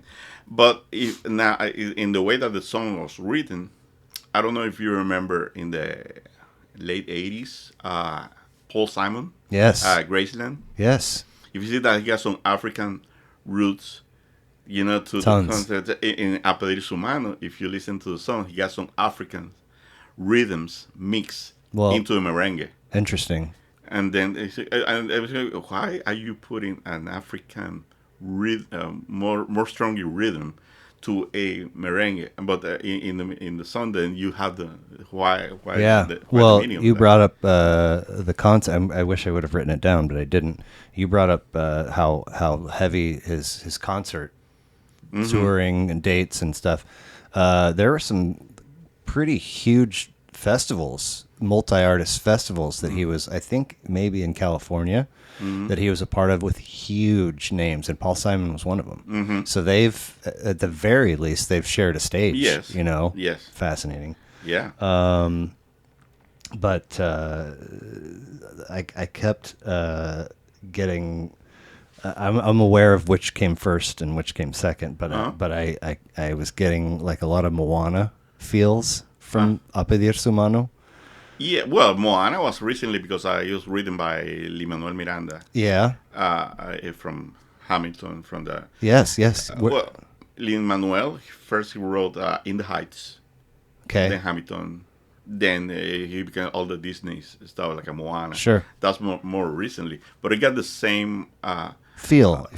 Yeah. Yeah, even though Moana is more like a Pacific. Of course. Yeah. Yes. Yeah. I mean, yeah. And but that's the beauty of the music, because sometimes you think that rhythm is more like from Pacific, but if you go further from the Pacific, you reach Africa. Right. And then you start feeling similarities in music between the countries that you reach from there to the Pacific. But the Moana piece for that song, the feeling was coming from the backing vocals. Kind of like that whole where she's. I mean, I absolutely adore that movie. Oh yeah, I've seen it probably 5 times with my kids. I watched it once by myself. I'm guaranteed I'll cry 3 times every time. So when she kind of is hitting that like spot where she realizes, we were explorers, and then you start getting like more of the culture piece. That's the similarity that that's where I'm. Anyway. Yeah. Okay. Now here's where things get crazy. So Duende, I had to look up. La Bilirrubina. I was like, what is that? So I looked it up, and you know what that translates to in English? What is it? Bilirubin. Bilirubin. I was like, I don't know what that is either. So bear with me. A bilirubin. The song is, how do you say the song name? Bilirrubina. La bilirrubina. So a bilirubin in English is a reddish bile pigment resulting from the degradation of heme, Heme, also don't know what that is, by reticuloendothelial cells in the liver. In the liver. A high level in the blood produces yellow skin. Yeah. So I get I got that definition for bilirubin. I was like, I'm more confused than I was when I looked it up. So let me keep looking stuff up. So heme is a deep red iron-containing blood pigment. That reticuloendothelial is a cell having both reticular and endothelial characteristics. I'm like, there's 2 more things. I don't know what they are.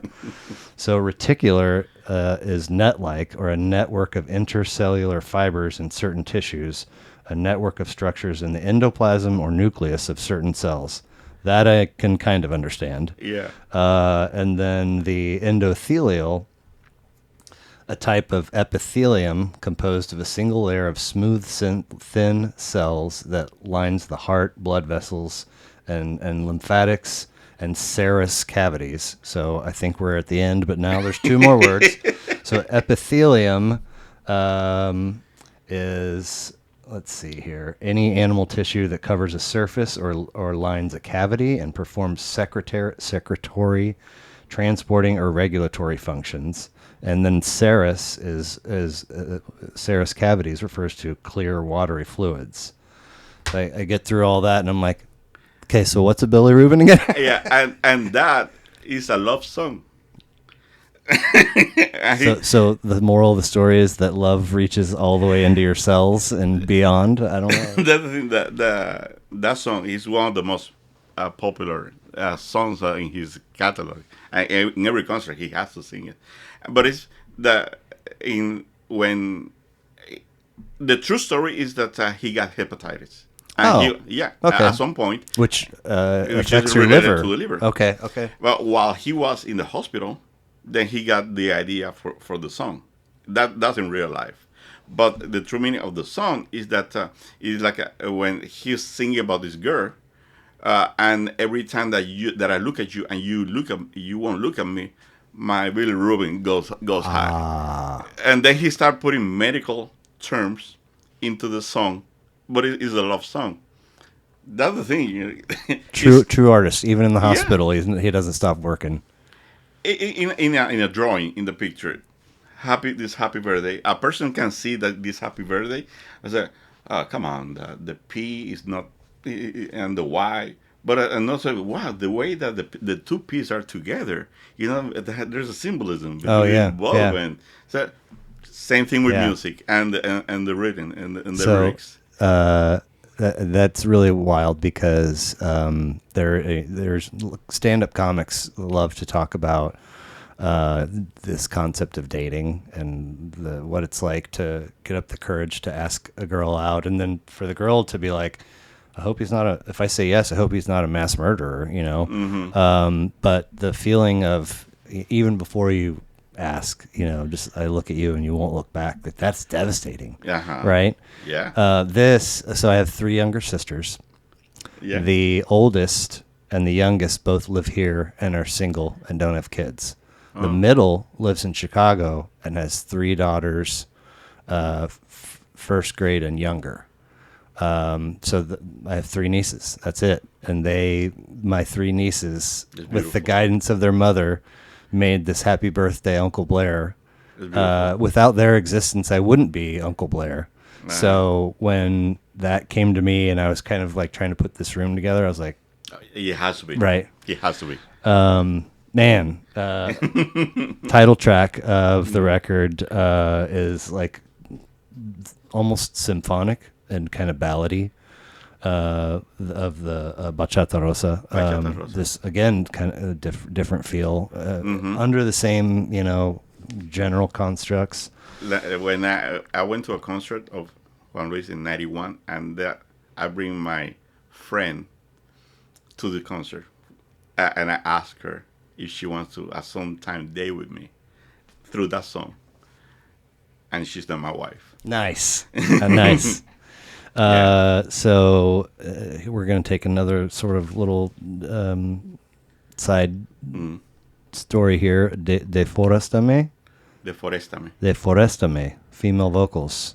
And it's Adalgisa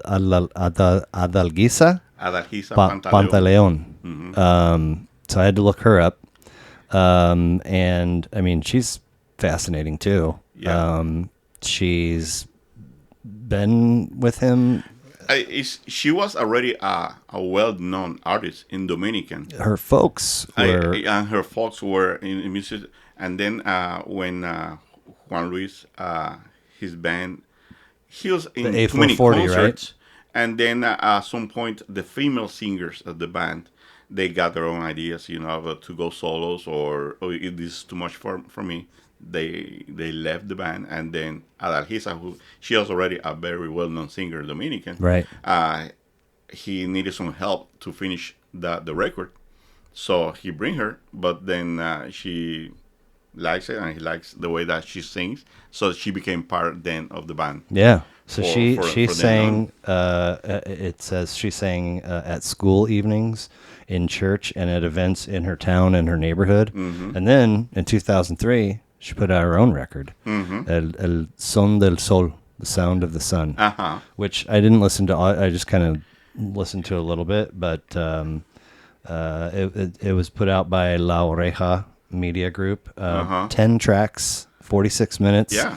And she, in my opinion, of the little bit of it that I listened to, there's insane changes happening within each song. Yeah. Like, okay, I got it. And then it just shifts completely. And then sometimes it shifts back. Sometimes it shifts to a different direction.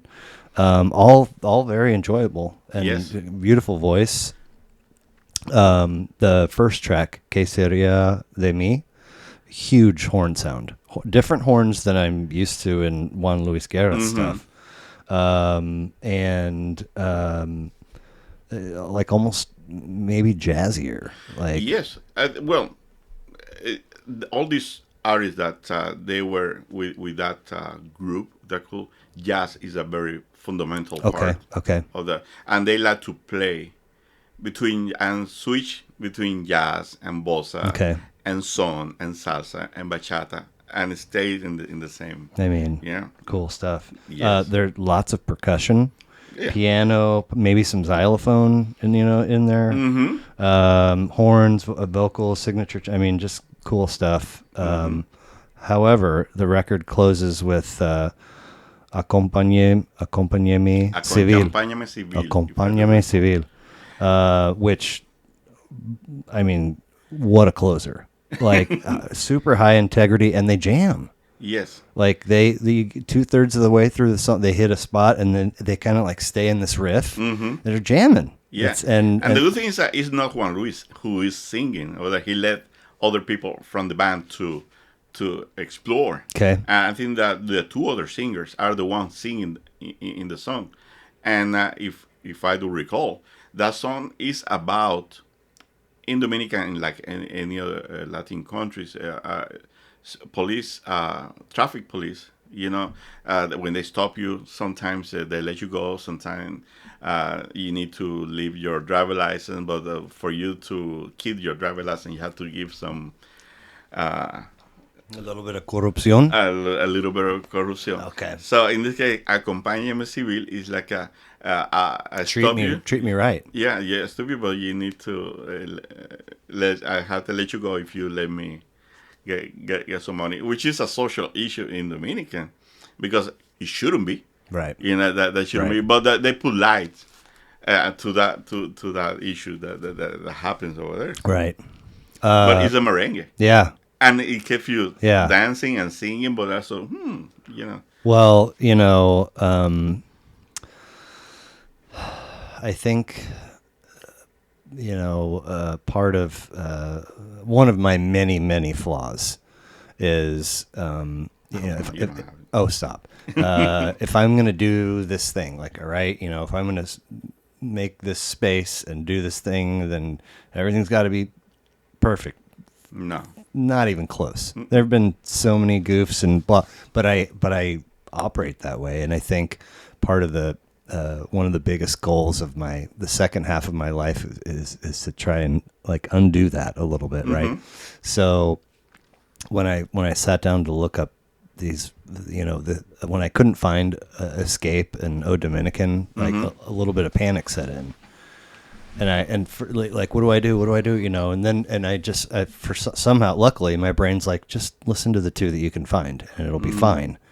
And all right, let's do that. And then I listened to them, and I was like, I love both of those records. Like I hear an hour and a half ago, I was freaking out. Like, and it's just like, luckily, those are two really good records. Yes. And not that every record that people tell me I don't have to like them all. I have not liked all of them. But I was like, here I was freaking out about, and they turned out to be not only lovely to the ear, but make you think. I would totally pick up a biography or watch a documentary about this guy. Like, There should be. I haven't looked in the internet. If there's one. Right. There are interviews with him, of course. But more than his interviews, listen to his music. Sure. It makes you calm. Yeah. Makes you think. Yeah. Makes you. It's grounding. Yeah, and also at the same time, me and my wife, we maybe listen to the same song as we were talking before, but we have a different idea. Yeah. Still nowadays, Funny. about even the same one that I dedicate to her when we went to the concert. Okay, what did you mean? Well, in that there's a part of the song that he meant that, and I want that for you, and said, oh, no, I thought that it was another part. So yeah, yes. Funny. Yeah. Mm-hmm. So, in the other portion of our text exchange, to sort of get this thing on the calendar, you mentioned Journey and Bon Jovi. How did those two artists speak to you? How did they kind of become favorites? To us, it was more when in the 70s, when my father was when he started giving me these records about Beatles and everything. Oh yeah, yeah. Evolved from there. That in the 80s, I have a very good neighbors that they were also in music, and they listened to Fleetwood Mac. They started listening to Eagles, to Journey, and I started gathering from there, and then I used to come to New York for vacations. Bon Jovi was big, and those are the Slippery When Wet album came out. But at the same time, Pink Floyd was coming with Learning to Fly. Oh man, such a good record. Yeah, but Europe also came with the Final Countdown. Oh, yeah, and that was should I buy the Learning to Fly? Should I buy the Europe? I bought the Europe. Yeah, because it was the well, it's popular. huge. Yeah. And I got some friends. I want to bring some popular music from here to the United States. But then after a few months, why shouldn't I pick Pink Floyd? Learning to Fly, and then I like all kind of music. I think. Well, when you're like Bon Jovi Journey, you prefaced it with saying more like songs, not albums. You did give me an album, and it was Rumors. So that's 1977. And so I grew up. My dad he liked John Denver and the Oak Ridge Boys, and we would listen to 8-tracks in his van. And he also had a Muppets, the Muppet Movie, and Sesame Street, and and he had some stuff that he would listen to at home. But once my folks were split and were basically with our mom full time, what we're getting is oldies. That's what we're hearing in the car. Oldies. And so that was kind of like my foundation. And then, I kind of moved into rock, and, listening to rap and hip hop, but I really kind of firmly planted myself in classic rock. Mm-hmm. And eventually I carved out, this list of artists from that genre. I was like, these are all the really good ones. Mm-hmm. And nobody can tell me different. All the rest are either not as good or shitty or whatever. Yeah. But I stayed in that camp so long that it really, really, really burned me out. So there's a whole lot of classic rock songs that if I hear them come on the radio, and I don't listen to the radio that often, but it kind of, makes me cringe a little bit.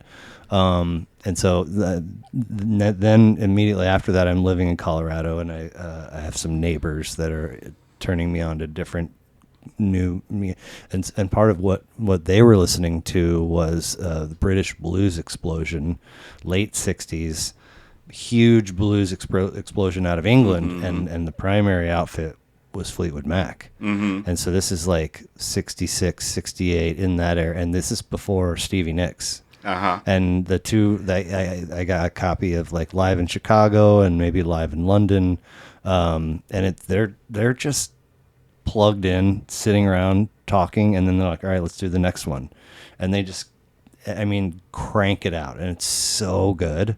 And it's like I don't I can't in my tiny pea brain understand how this is the same band as, and it took Stevie Nicks coming for him to become huge.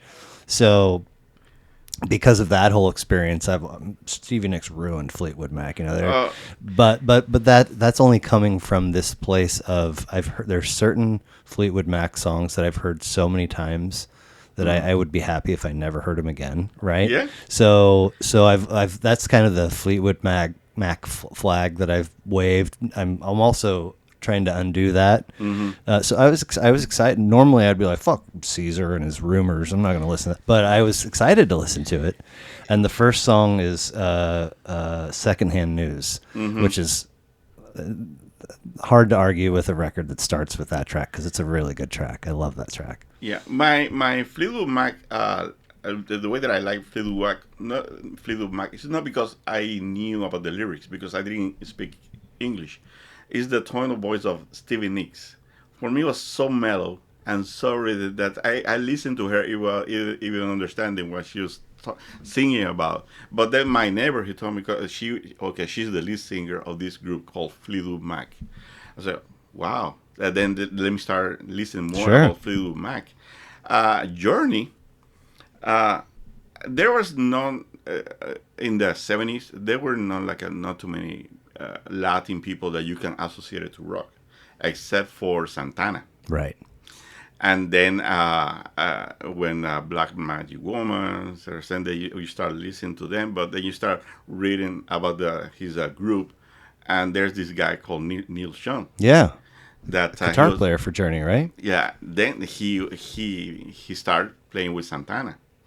And then when Journey, he started forming the band, and in Dominican, you start hearing in the radio station about this group Journey. You start reading about this group, and then you associate, Neil Young, he was with Santana, that I like a lot of him. Then you just start associating his music, and they start liking more. I saw a TikTok yesterday that's probably from the official Journey account, and there's an Asian dude.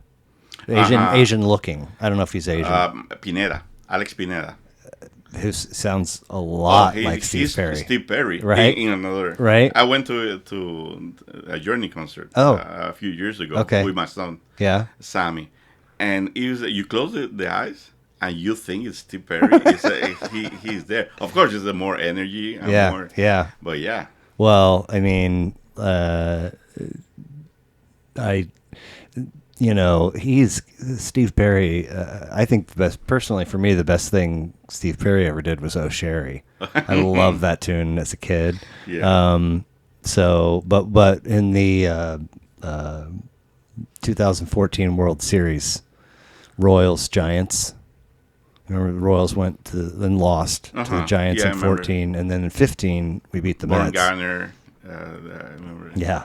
But in 14, anytime we're out in San Francisco for a game out there, Steve Perry's out there in a Giants hat and a Giants jersey, and don't stop believing. And the whole crowd, I'm like, all of the Giants fans in the world can just fall into the ocean. I couldn't, and fuck Steve Perry. But anyway, Dreams.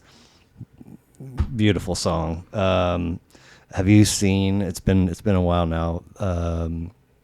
The at one time viral video of the. I don't know. I think the dude was kind of Asian also. Cruising around on a longboard, drinking cranberry juice. No, I have not. I'll find it and send it to you. But it's a small clip. And it's just a dude on a big long skateboard. Don't stop thinking about tomorrow. No, for Dreams. But what was he singing? Nothing.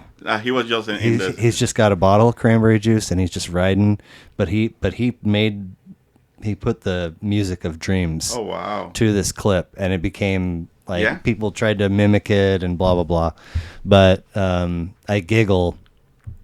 I mean, there's something. It was obviously a very, very popular clip. Mm-hmm. There's something really soothing about it too, because he's I mean, he's not moving slow. He's Yeah. moving on the skateboard and just to Yeah. that song. And so when in like 2000, one of the lead guys, Mexican guys in the kitchen, his name was Enrique Ceja, and eyebrows. Henry Eyebrow. when I was like, wait a minute, I didn't know. I knew Enrique was Henry. I got that from high school when you learn Roberto is Bob and blah blah blah. But I didn't commit Ceja to memory. And then one day we were just working. I was like, wait a minute, Henry Eyebrow, and he's like, yeah. So and he always says. Back then, 20 plus years ago now. But retirement for him is to be on the beach, with two things: jugo de arándano, Okay. cranberry juice, and panocha. And what? Panocha. What is panocha? Pussy. Oh. Wow. Which he's very happily married with kids. Yeah. He's just being goofy. Uh-huh. But that was all when it gets super hot back in the kid and servers or who they'll bring you something to drink like water or soda or whatever. He would always ask for cranberry juice. And one day I was like, "What's with the cranberry juice?" He's like, "I don't know, man. I didn't have it. Yeah. Really wasn't around growing up, and I love it. And when I retire, those are the two things." Okay, Henry Eyebrow, we know what you want when you retire. Have you heard from him? He's now living... I had lunch with him. God, I was probably brand new. We had probably started at the same time, you and I, and I met with him at a restaurant for lunch because he had just started doing some kind of cleaning. It's been a long time. It's been but one of my favorite people, like such a good guy. Yeah. But I'll have to remember to send you that clip. But hopefully he's still having that mind. Right. Yeah. Retired. Yeah. And having he's also, like I saw him plenty of times with his kids. He told me a funny story. One time he also, like a lot of those folks, AM job, PM job, not probably not too different from your folks. So that, in between, a lot of those are a 9 to 3 and then a 4 to 5 11. Yeah. So that window is always very tight. For a lot of them, it's run home, maybe shower, maybe nap. Hopefully there's something to eat. But if they're, anyway, this one day he's out with his son, Ivan, and Ivan's very small at this time, and they're at a CVS or something like that. And he's trying to get whatever he needs to get and pay for it, and they got places to be. And he looks over, and his son is staring at, and I mean, he's probably like 6, maybe 5, 6, 7, and he's like just staring at this selection of condoms that are on display. Okay. He's like, Dad. He sees it and he's like, oh boy, hopefully we can finish this transaction and get out of here. His dad and his son's like, Dad, what is it? And he's like, I'll tell you another time. He's like, Dad, what is it? And he's like, I'll tell you another time. And he's like, we got to go. And so he goes back to the transaction and he looks back over and his son is like, in that small window, he's managed to get one out of the, this is before they're locked up behind the glass, right? They're just on the show. He's managed to get one out and he's about to tear open. Get that, come on. So then now he can't get, they've left, they're in the car going wherever, and he can't get out of the conversation. Yeah. So he tells him, he's like, I wish you wouldn't have told me that. I tried to avoid that conversation 5 different ways, but you forced it on me. But anyway, Henry Eyebrow and his cranberry juice. That's awesome. Never going back. Unique picking, strumming guitar that we've never really got before in classic rock. And then we get into Don't Stop. I'm like, I've heard that so many times. Yeah. Same with Go Your Own Way. Same with The Chain. The Chain. And same with Gold Dust Woman, which is the last track. But I don't remember that much about that one. There are You Make Love and Fun, Songbird, Okay. Songbird, I Don't Want to Know, and Our Daddy they're lesser known. Like, I didn't know them at all until I listened to this record for this purpose. Okay. I was like, those are fantastic songs. I don't remember. The last time that I heard that record was, I mentioned to you because when we talk about records, yeah, I used to listen to those in the 80s, earlier. But I haven't listened to the record by itself probably 10, 12 years. Okay. Do you have some kind of streaming service on your phone? Spotify. Okay. Do you pay for it? Nah. Okay. So you could pull up Rimmers and listen to it on shuffle. Yeah. Right? I put, for example, rock and roll hymns or 80s or something. And then some come up like from Fleetwood Mac still come like a Little Lies. Yeah. Like that. Yeah. Tell me sweet. But I like that song. From Fleetwood Mac, even though, that after I started learning English and read the lyrics and the meaning actually of this song, but it was mostly the voice of Stevie Nicks. Yeah. It stays with you. It's like also the Carpenters in the 70s. Yeah. The Karen Carpenter. Yeah. Did they write style of voice? Puff the Magic Dragon? Is that them? No, that's Peter, Paul, and Mary. The Carpenters had one really big hit. They had like a 2 or 3 videos, but when you start looking at the documentary, they got more. But it's that voice, that sweetness of the voice, soothing.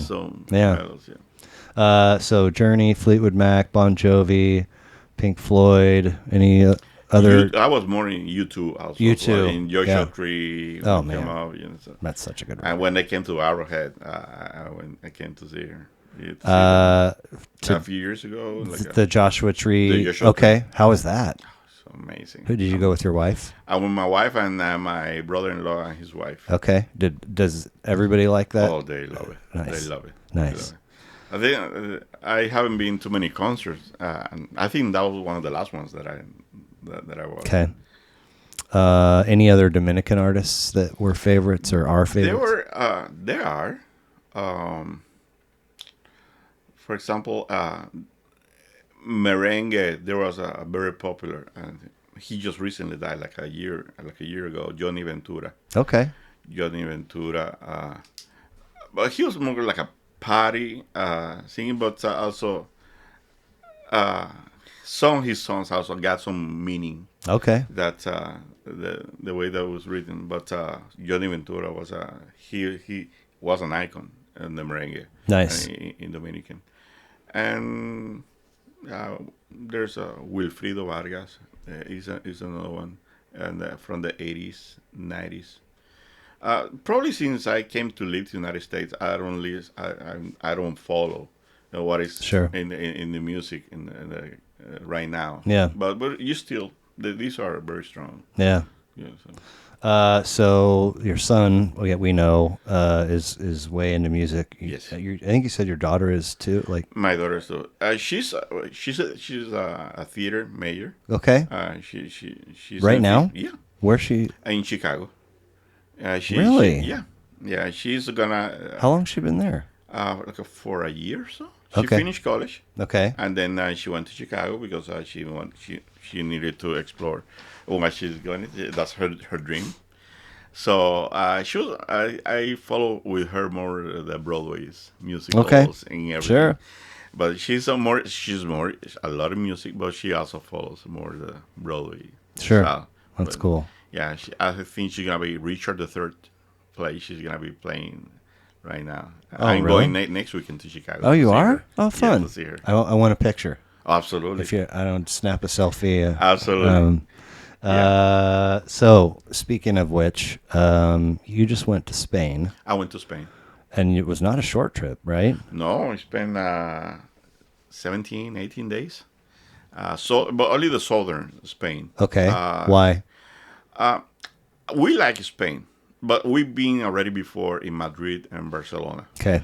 But we start exploring different areas of Spain. So we need to go back to Spain and in 2 or 3 different trips. Every trip, just the two of you. Just me and my wife. Okay. Just me and my wife. You guys must really like each other. Yes. I mean, that's not. That's. I had a guy on here.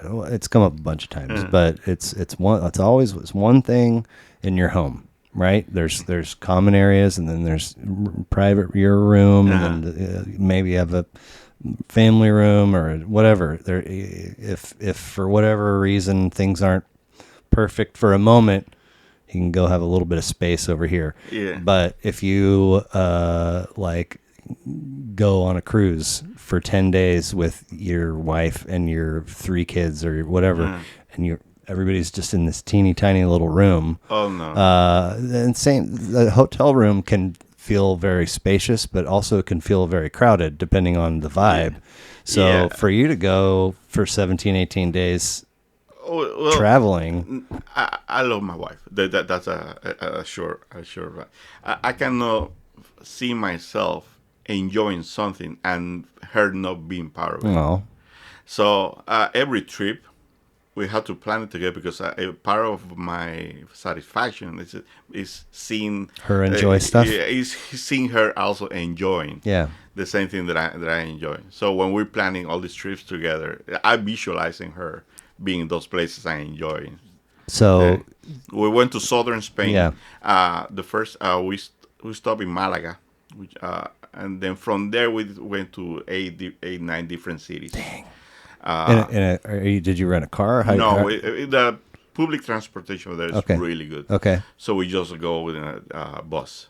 From Malaga to Cadiz, from Malaga to Sevilla, from Malaga here and there. And in each city... Sevilla is the sister city of Kansas City, right? City. Yeah. Yes, there's an avenue, Kansas City Avenue. Nice. Did you get a picture? In Sevilla. No, I didn't. You got to go back. That's an excuse for me to go back. I need to go and take a picture of that.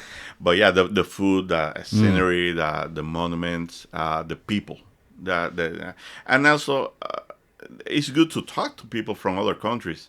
You have a different experience. And also, it's good for me to see how they see us and how we see them, and we interact in conversation. Yeah, the folks that have the adopted kid from Haiti, they just came back from a trip from France. Mm-hmm.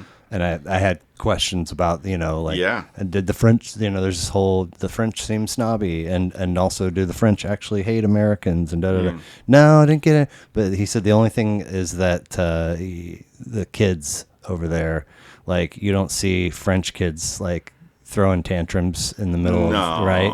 No. And there's something that I noticed over there. Yes, each city got their nightlife and the restaurants, bars.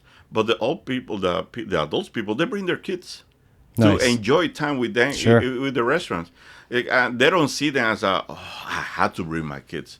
No. They are, as a family, they're enjoying and with other people, and they got their kids also enjoying with them. Cool. The moment. Cool. So that's a good foundation, I think, for. Now, why did I think that you had taken another trip before Spain kind of recently? Oh yeah. Every year we try to go. Last year we went to Dominican, spent 2-3 weeks. But Spain's been your only trip this year? This year, no.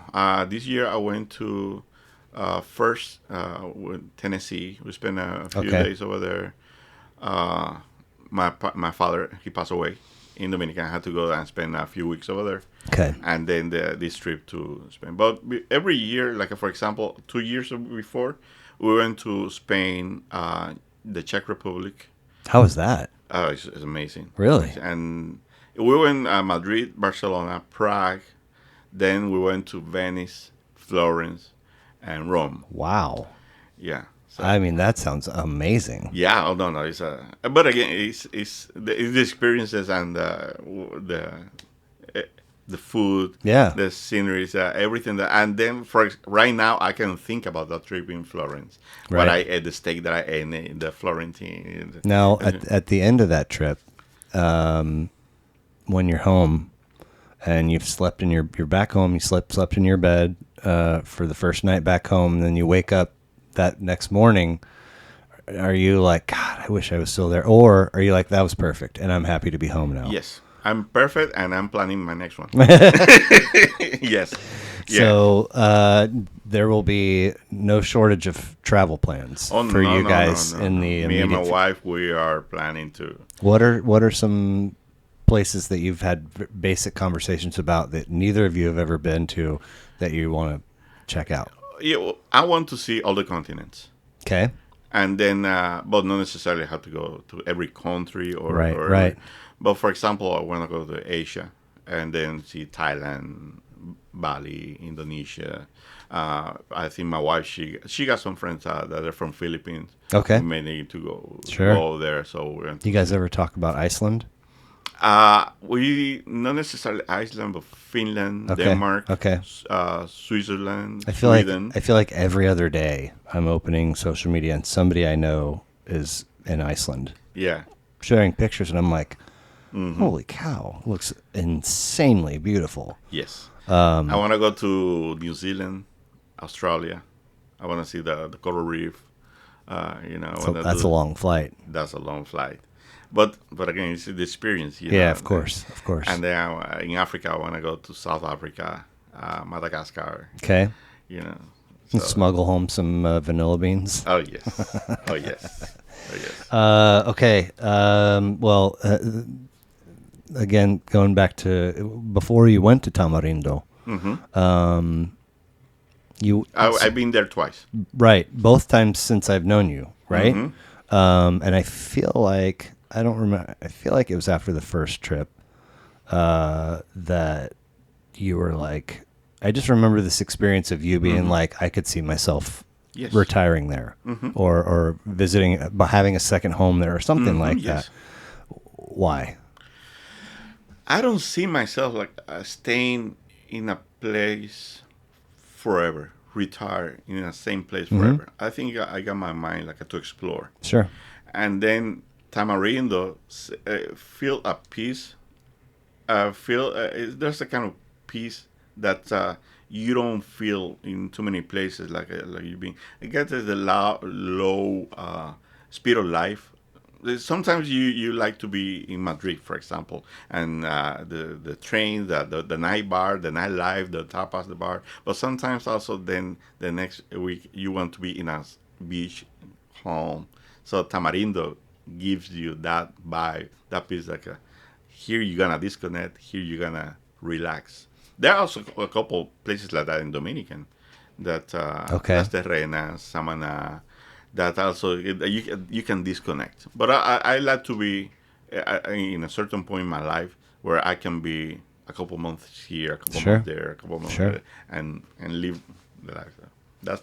That's my goal. So. Dude, so like, this was kind of that little surfboard was kind of an impulse buy at the end of our stay, and it was a dude that has a little cart on the off the sidewalk, and he's got 50 or 60 and I don't know, 10, 12 different designs. He's got a few of you, but I saw that and I was like, it's just spoke to me about, because our trip was ending. And I was like, whoa, this kind of really captures how I've felt about this trip. And I feel like if I have it in my home, you're gonna your mind's going back to.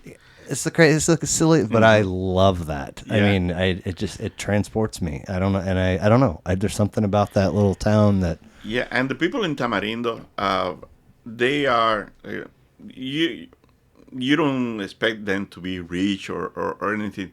They make a living, and they're fine with they make a living. Yeah. That person can make 10 of those ones. They can sell 5 or 6 a day, and they're fine with that. Yeah. They at noon they go home. They grab a beer, go to the beach, right, and live the life. And next day, Yeah. So that piece is like brings you there. Yeah. Yeah. So, I mean, I try to ask each guest this, but sometimes I forget. And I think we might already have the answer for you, but tomorrow you wake up and your family has been given all the money that you could spend, your kids could spend. There's nobody could spend it all before before everybody's dead. So you no longer have to where you hire a person to, hey, take care of my, make sure the lawn's cut and the, snow is shoveled. And also I want you to make sure my bills are paid and my laundry's washed. You have literally not a care in the world. You can go where you want, do as you please. What's the source of joy for you? Whether it's, 30 seconds one day or 5 hours one day, but what's that would motivate me to go on. What would make you? You don't have to work. You don't have to worry about what's your source of happiness? You know what? To be with my wife is already a source of happiness. Don't get me wrong.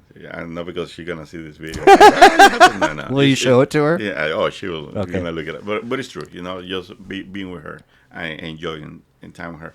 But also thinking that tomorrow we can go to certain places together and enjoy something new, unique. Like we can make any plans to even the process of the plan. Yeah. The planning. Yeah. To go to certain place is already joyful for us. Yeah. Because she's very and I'm very analytical.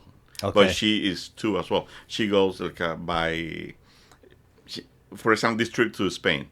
When we go to Malaga, you're gonna eat to this. We'll go to this restaurant and eat this tapa, and then in the afternoon we're going to this castle and see the sunset. But of course, when we go there, it may change. Yeah, but they're all tentative plans. Yeah. But also the few months before that, the planning, that when we get there and when we go there to see it, and then when we come home, okay, it was a great trip. Nice. Now let's plan the next one. Right. Yeah, and that's the joy that I have with it. So like it's I can see both of us enjoying traveling, exploring. Yeah.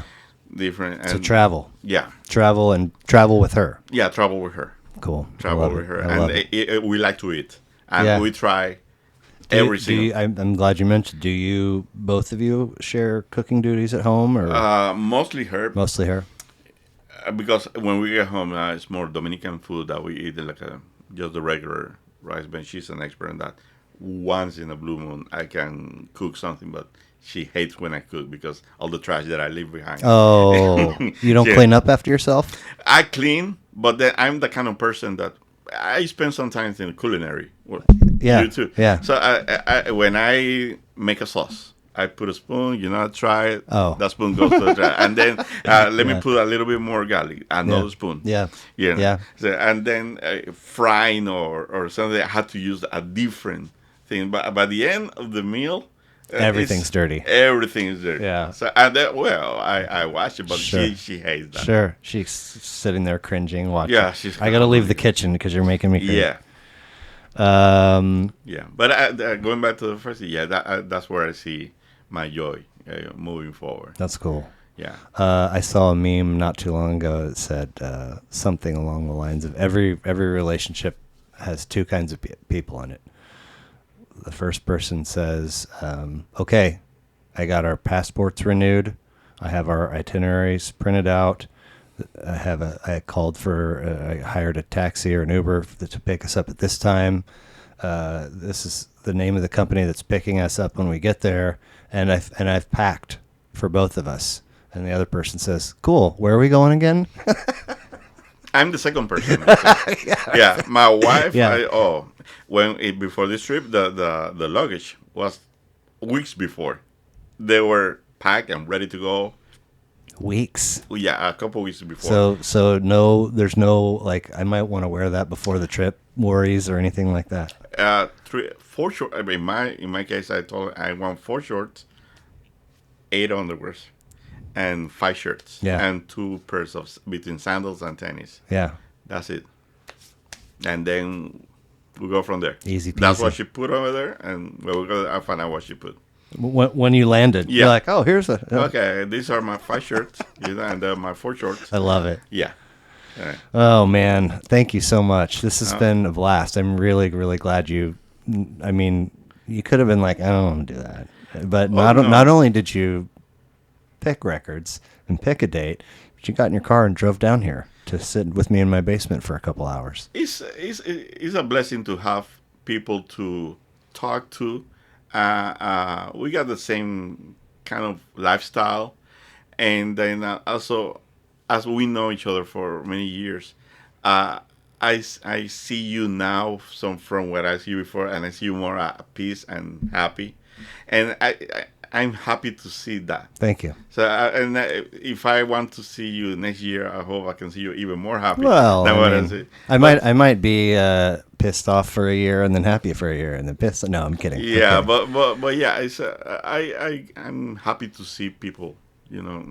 Nowadays we were talking in a break a few minutes ago. Nowadays there's a lot of Disconnect. Yeah. disconnect between people for whatever political ideas or religious or whatever. But in the common ground, we're human and we need to interact with each other and want to see the other people as happy as I Right. am. Well, it's a weird thing. Like for me, I have a hard time hearing about like brutal struggles of people. I have a hard time seeing, whether it's footage or in real life.